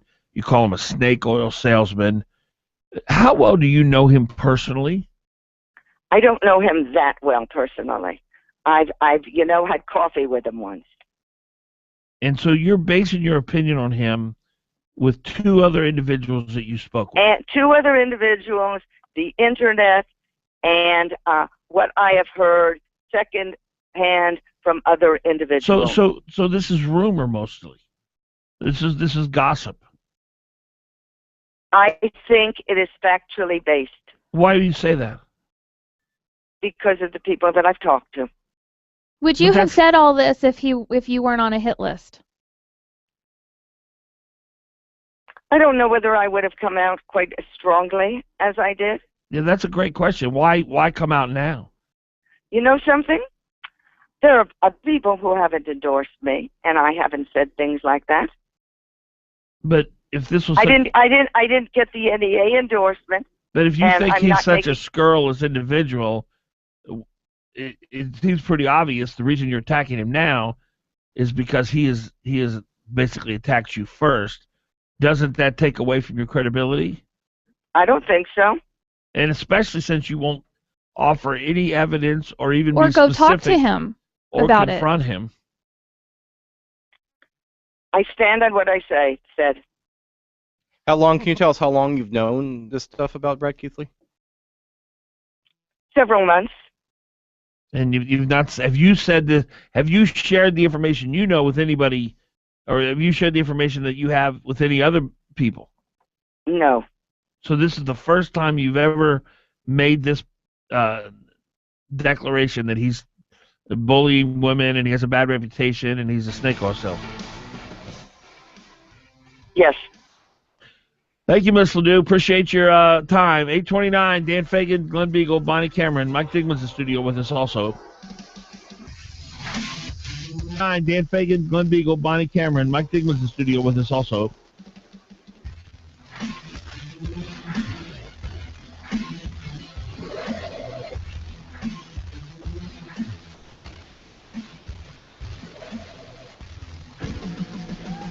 You're on with Fagan and Biegel. Give them a call, 569-1080, KOAN. Local news brought to you by Jansen's Funeral Homes, Jansen's Evergreen Memorial Chapel, Jansen's Alaska Cremation Center, and Jansen's Eagle River Funeral Home. Jansen Funeral Homes, where just like family, they're there when you need them. With KOAN News, I'm Chuck White. Anchorage police have identified the pedestrian who died when he was struck by a car in Muldoon Road early Wednesday. Police say 43-year-old Craig McCarty died at the scene after he was struck by a Honda Accord.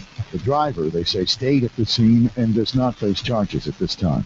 Morning, as Ann Kender reports, an abandoned harbor seal pup is starting a new life. The seal pup was 4 days old and still had its umbilical cord attached when it was found in June on a Carlson Bay islet, where seagulls were pecking at him almost to death. The skinny and injured pup wasn't initially expected to survive, but after rehab at the Alaska Sea Life Center, he got up to 57 pounds, and now has been released back into the wild to start his new life. An Anchorage judge has agreed to a speedy hearing on a lawsuit that challenges the merger of Bill Walker and Byron Mallett's campaigns for governor and lieutenant governor, since the issue needs to be settled before the November election. That's your Hot Talk News update.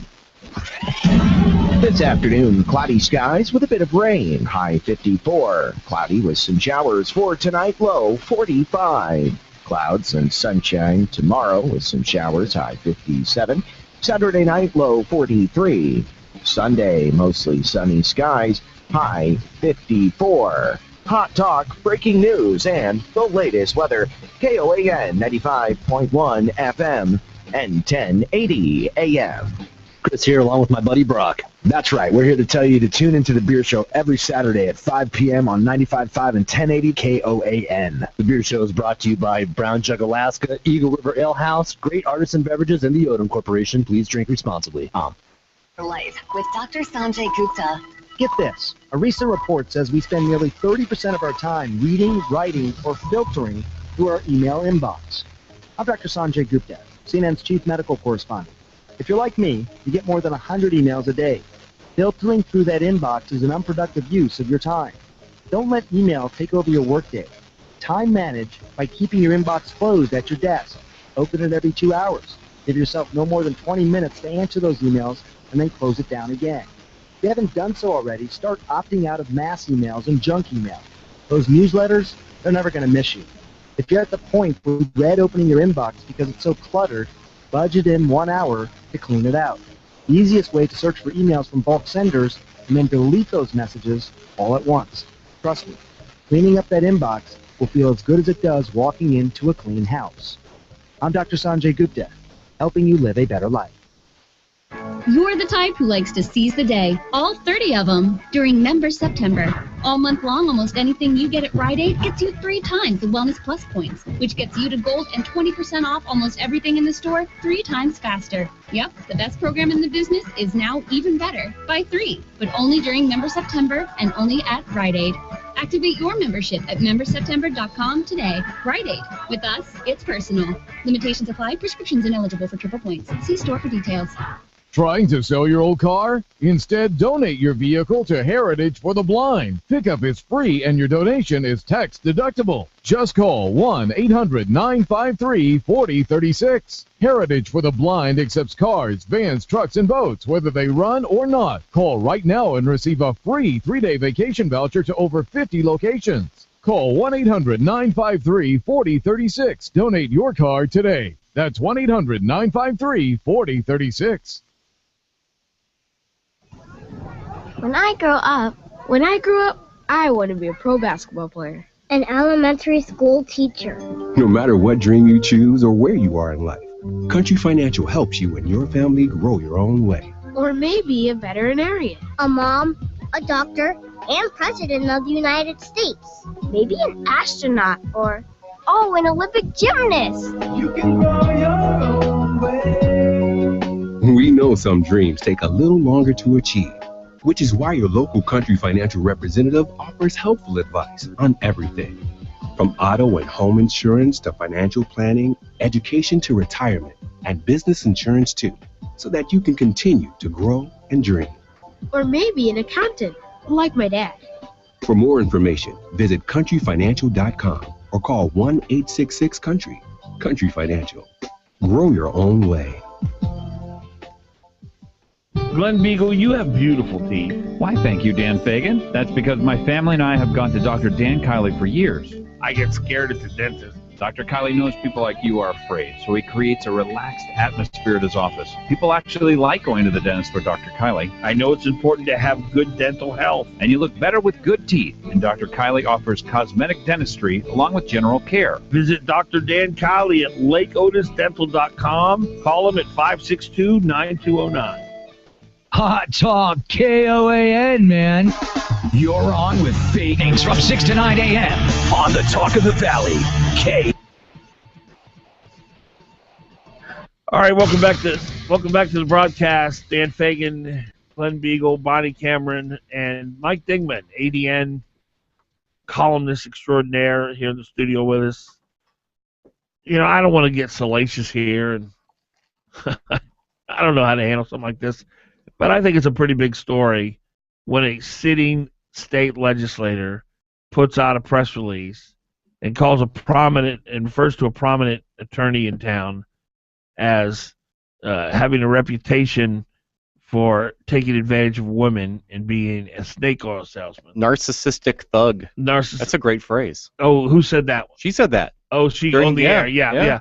And I'm getting emails now and texts from people, Brad Keithley's this, Brad Keithley's that.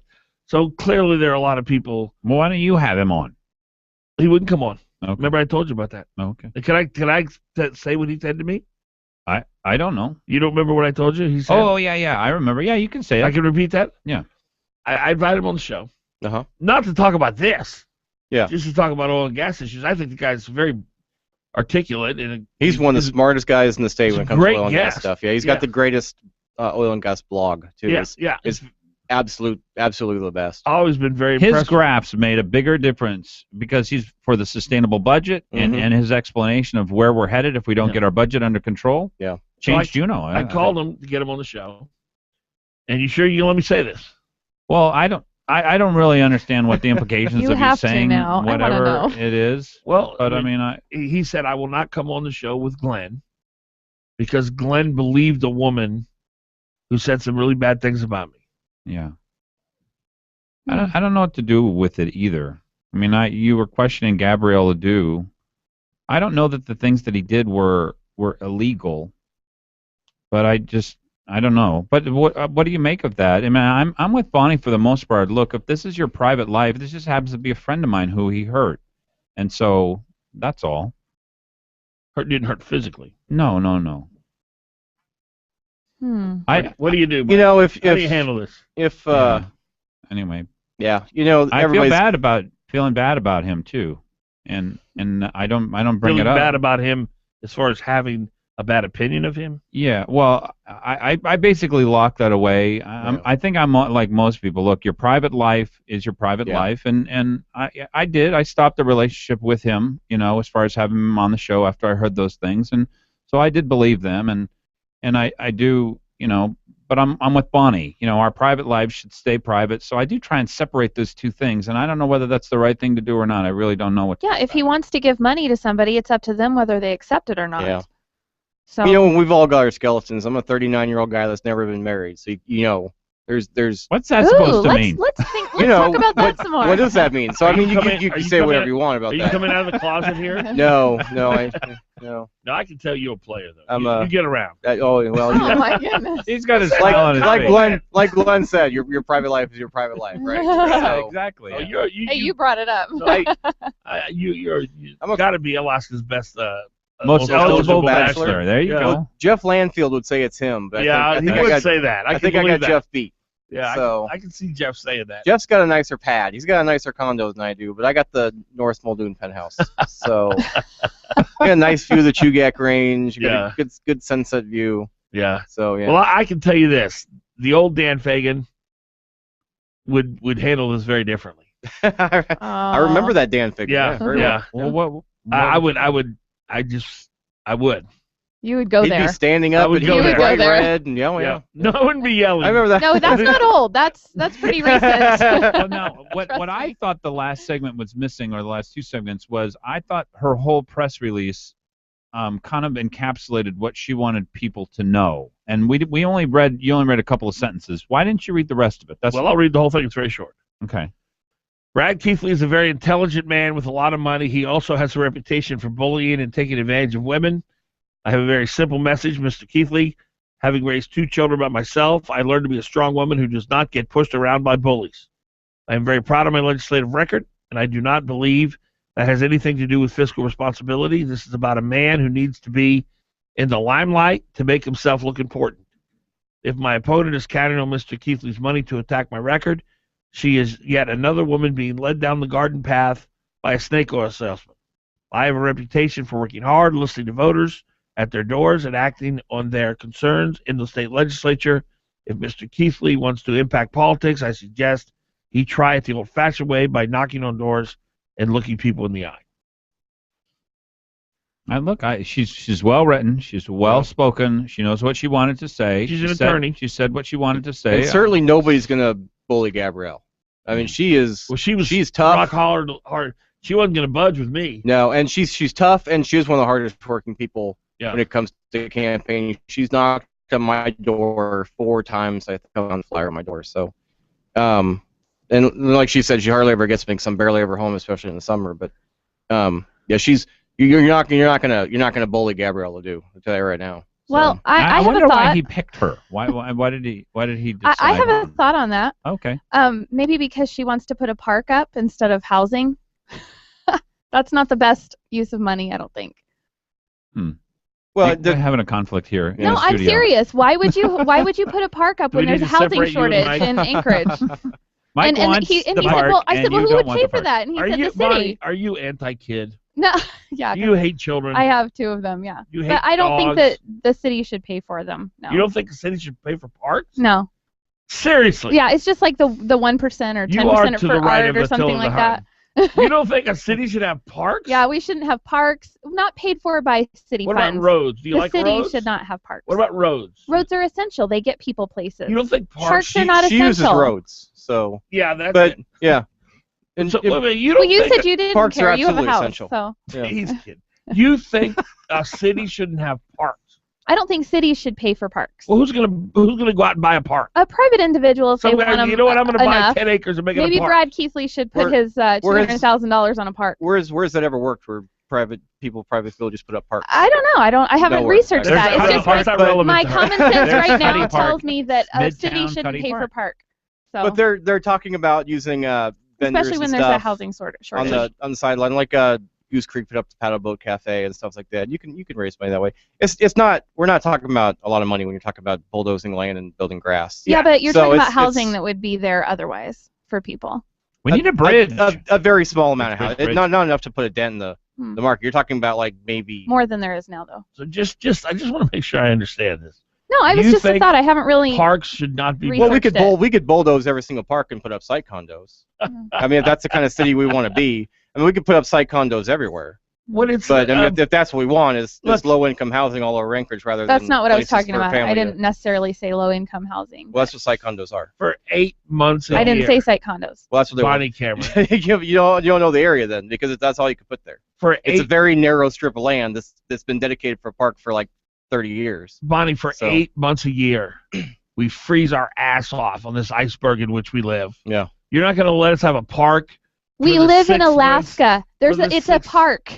The whole thing is a park. She gets out to the real park, and that's what she wants the rest of us to do. Besides that, there's kids going around burning the park, so we just have to redo it then anyway. Mike, what am I going to do with her? I got a co-host that's anti-park. Yeah, we have great parks in Anchorage. We have great parks and trails. Kincaid Park and the trail system, and we got people that bike around year-round, and that's one of the things I love about the city. We're starting to build bike lanes on the roads, and we're starting to be a true you like bike lanes on the roads, even when I there's do, because it keeps bikes off of the roads. Thinking bike path. They don't use them anyway. Yeah. I do, because it keeps bikes off the roads, not onto the side where they belong. So. All right. 8:44. Mike Digman's in the studio with us, Glen Biegel, and anti-park Bonnie. That's right. We'll be back.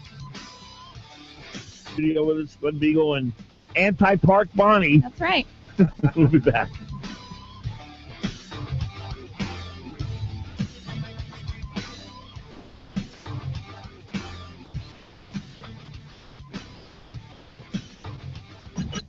Fagan and Biegel on Hot Talk KOAN and online at 1080KOAN.com.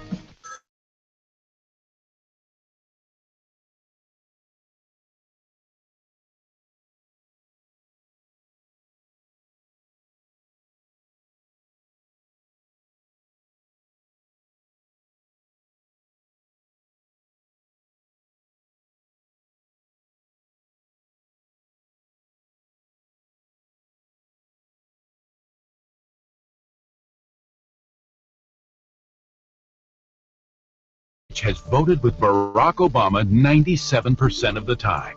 Now, to distract you from the truth, Begich is falsely attacking Dan Sullivan with ads fact-checkers have called inflammatory and inaccurate. Shamefully, Begich has even resorted to attacking Dan Sullivan's service to our country. Mark Begich isn't true Alaska. He's pure Washington. I'm Julie Fates Sullivan. After 9/11, my family left our home in Alaska so my husband, Dan Sullivan, could defend our country, first in the White House under Condoleezza Rice, then deploying overseas as a U.S. Marine. Now Mark Begich is attacking Dan for that service.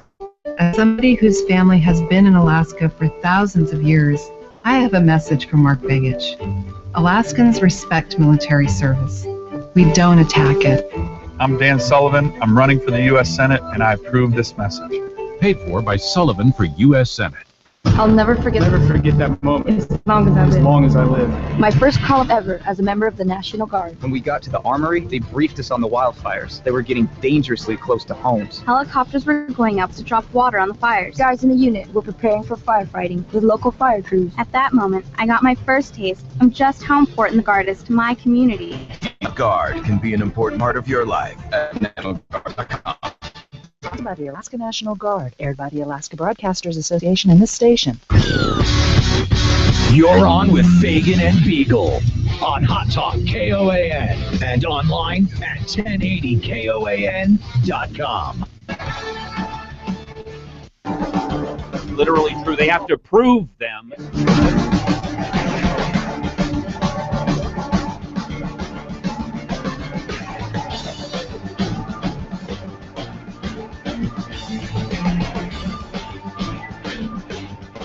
$8.47. Oh, I got an angel on my right shoulder and a devil on my left shoulder. What are you going to do with it? I'm going to talk about Earhart Roofing. These are good people. Becky and Frank Earhart, their son James, they've been in business for 42 years, and they're good at what they do. Well, no, that's not right. They're the best at what they do. No company is better at installing a roof than Earhart Roofing. Everybody knows that. Industrial, commercial, residential. Here's how good they are, folks. They put a roof on your house, your building, your whatever. They guarantee it for 50 years. 50 years. What else do you need to know? Earhart Roofing, 345-5555. 345-5555. What do you think I should do, Mike? Let's do my angel or my devil? Bonnie, you're even though you're kind of crazy on your park thing. My wife agrees with her, by the way. She does. Woohoo! Score one for Bonnie. Then I'm going to switch over because I have a lot of respect for your I wife. disagree because I pay property taxes and I want parks. Yeah, and the entire Northeast community wants it. Like this is unanimous on the Northeast Community Council. Can I get it's the rest of Anchorage? Could you just give that's me, saying, the rest of Anchorage that has all these different parks is saying, no, East Anchorage, you can't have your park. And there's, if I go all the way to Cuddy Park if I want to sit and read in the sun, outside in the park, and I love Cuddy Park because it's got the ducks and everything else, and it was great before they put the playground in. But hey, those are my kids on that playground. We need a playground at every single park now because there's no place where you can just go and have a quiet time now. But that's a whole other story. Well, I think I'm pretty fiscally conservative, but I think quality of life issues are legitimate. Absolutely. Yeah. Legitimate taxpayer expenditures. Now, you can't go overboard. Don't go spend $500,000 on some piece of art that looks like an open can of food or something. Use some discretion. But parks are big. I think parks are important. It's okay that people don't want to spend public money on them, though. I mean, this is the thing. We elect mayors, we elect an assembly. They represent us, and they just make decisions based on who it was that we elected. If you think we have enough parks, and by the way, we have more parks per capita in Anchorage than any other place in North America. I'm instituting a ban. I'm instituting a ban on the show. What's the ban? If Mike Dingman went out and went over to Baskin Robbins and ordered a pistachio ice cream ice cone or ice cream cone, we would lead the nation per capita in consumption of pistachio ice cream. Right. Nobody lives here. So that per capita crop, we can't use that anymore on the show because that's not indicative of parks compared to. I think it is. No, it's not. I think nobody can tell me that Adam Trombley wasn't a fiscal conservative, and he was one of the biggest cheerleaders for this park. Well, then maybe I should run for something. So maybe you should. There you go. But you're not going to win in Northeast Anchorage if you say that you shouldn't have a park in one of the densest areas and most diverse areas in Anchorage. It's one of the areas that has very low income people that like Glenn said, you can't go out every day and go to Seward and go use Alaska as a park. They need these kind of parks. And then we've got it's a very diverse population out here in East Anchorage. East High was recently said East High and Bartlett High School have the most diverse populations in the country. So of high schools. So it's a population that needs outdoor recreation, but do you and see we don't that's have why it you're on against East Side. Sullivan because he let it sit. Oh, I love Dan Sullivan. Oh, who was it that you were saying? I said Dan Sullivan let it sit, but I've got lots of disagreements with Dan Sullivan, but I love Dan Sullivan. I think he's been a great mayor. And I know Dan Sullivan fairly well, and he's just we've disagreed on many times, and we've agreed many times. I'm an on this. I think he's wrong. This park has been through the process for 20 years, so to say it's not been through the process is a joke. It's been through the process. It's been approved. So and what are everybody they doing in with that Northeast land? Anchorage wants it. It's just sitting there right now. Yeah. The city seized it. Maybe? But there was 10 years a ago. violation of process. That's what the mayor objected to. There literally was. There was a law that governs the process by which this goes through. Somebody broke the process, and he says we have to follow the process whether we want the park or not. That's not true. The park went through the process multiple times because it went through different areas of town. But this time, it was supposed to be where you're Baggage saying was. he's wrong it on was supposed to be process where this time. Walmart was. Okay, but every time you get started, you've got to go through a new process. It's governed by law. law. It's been through the process every single time. No, and like Gabrielle Ledoux said, you got to go through it this time. Well, like Representative Ledoux said, it's in the plan. I understand it's in the plan, but the problem was that they didn't give the requisite amount of commentary by the public and so on and so forth. They had broken the process, and that's all he said. He didn't say he was against the park. He said he's for the process. That's my recollection. Well, he's in favor of building site condos. But all I know is that when I was on in this property, we spent some time in Wyoming and Kansas. They have these beautiful, really nice apartment buildings, and I would love to see more of them here in Anchorage. Yeah, we could tear down. We could bulldoze Kincaid Park and just put up site condos. and they would just that's the quality. If that's quality life you want in Anchorage, these are not that's fine. low income. These are not low income things. I mean, these things cost $1,000 or more dollars. We can do that too. We can put up $200,000, $500,000 site condos all over town. and we could not have any parks. What I don't understand. And we have people coming out You the can have woodwork. parks, but those people who live there could pay for them. We can jam up the roads even more with more population in Anchorage, and we could have no parks, nowhere for anybody to go because we put site condos everywhere. Let's just we can bulldoze Kincaid Park. Alaska's already a state park, so let's just make Anchorage a state park. Let's get Bill Walker likes city park. bulldozers and stuff. Let's get him down there and start bulldozing Kincaid Park. Well, maybe we should put him on the King Cove Road first. He would do that. Well, I mean, what I don't understand. Have you ever been in a helicopter over Anchorage? No. Yeah, yes. It's amazing, isn't it, Mike? Yeah. It looks like the place is 30% undeveloped. Yeah, but what I thought, I asked Chuck Spinelli about this because he builds. There's a lot of wetlands. Yeah, undevelopable. Yeah. Yep. There's a lot of parks. Well, I don't. Anchorage itself is parks, undevelopable, and yeah. it's built on bad land. It's a bad place to build in general. And it kind of came up. It's my town. It came up overnight. In 1914 with Tent City and stuff. But well, it's my town too. My family's from Anchorage. A lot of good land here. My grandma graduated in Sitka High School in 1930 something. Mike, you for the bridge? So, no, you're not. Now that I don't understand. It's never. If that bridge was sustainable, some private industry would have built it. What by do you now. mean sustainable? What It's about not a road? Sustainable. You're gonna pay $30 a day to drive across it? No, nobody's gonna pay $30 a day. Why doesn't the state just build it? Private industry can't get in it because the EPA is all over everything. You can't afford it. Why not to have the government's the only one who could afford it? But why would the state build it? The private industry can't. We can't. The government can't build a park, but we can build a billion-dollar bridge. I'm not saying that either. But why? Kind of what you just said. Why can't the state take $1.5 billion and build it? They could, but I don't want them to. But Chuck Spinelli tells me that the day that bridge is complete, nobody's going to drive on it. He says the day that bridge is complete, he's going to start building houses in the hundreds. That's great, but you still have. So you spend $1 billion on the bridge. Yeah. You spend $600-700 million building up Point McKenzie Road because right now it's a dirt one. Basically a lane and a half dirt road. Right. And so you're going to spend that much money, and then you have to maintain everything. What about and then you have to get people to actually pay to drive across it. No, not if the state builds it. So it's not going to be so you don't make it a toll road. Every single plan has it being a toll road, but so it's not a toll road. You still go across the inlet, and if you're going to get through to Wasilla, it's going to take you longer to get through on that bridge than it is going. It's going to open up land. It's going to build hundreds of new houses. If you're a 28, hear me out. Let me finish. Yeah, okay. If you're a 28-year-old couple with a young child or two, you can't afford $350,000 house. No. So there's no way you can plant yourself here. No. And so if we have affordable housing, which is what a Kinnick Bridge would do, because we'd get hundreds of new houses, young people can plant themselves here and build a life for themselves. It would be great for the Matsu Valley. It would be really bad for Anchorage homeowners because then it drops. So the values of the houses in Anchorage just plummet.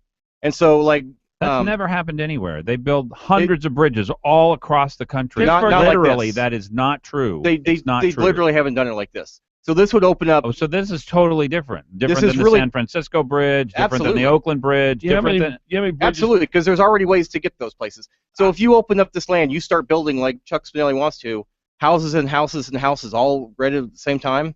Your Anchorage house prices are going to no. You're going to have because you're just going to flood the market. You're going to have people who are escalating, but I don't think start to buy because they can afford it. Yeah. Now it'll hurt the rental market. I'll give you that, but that's a good thing. We don't want people renting.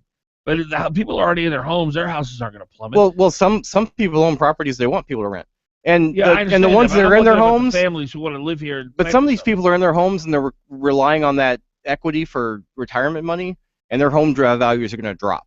And then they're going to try to sell their homes, and they're going to have $100,000 less in their retirement than they thought. I don't think that's going to happen. I think the rental market, especially if we have prosperity in Alaska. I mean, that may happen anyway if we're going to be San Francisco housing prices wise. If we don't build that bridge, we're almost there now. Mm-hmm. I mean, you're going to be talking about $425,000 to get into a basic 2 to 3 bedroom house. If we don't build that bridge. Well, and the other problem is if they wanted to build the bridge, they wanted to go through the port, I'd be perfectly fine with it. But they're going to bulldoze through the oldest community in Anchorage and put a highway right through their community in Government Hill, and that's unthinkable to me. Mike Digman, columnist extraordinaire with the Alaska Dispatch News. Dispatch News. Always fun having you in. Appreciate you coming by. Thanks for having me in, Dan. This is the weekend. We're off. I'm not coming in tomorrow, you guys. You can handle that show? No, I'm going to be here. No? I'm going to be here. All right. Man, work is life. He's a hard worker, man. He's a hard worker. Have a great weekend. Brian, you have a good weekend, too. See you guys Monday morning, 6 a.m. You have a good weekend, too. See you guys Monday morning, 6 a.m.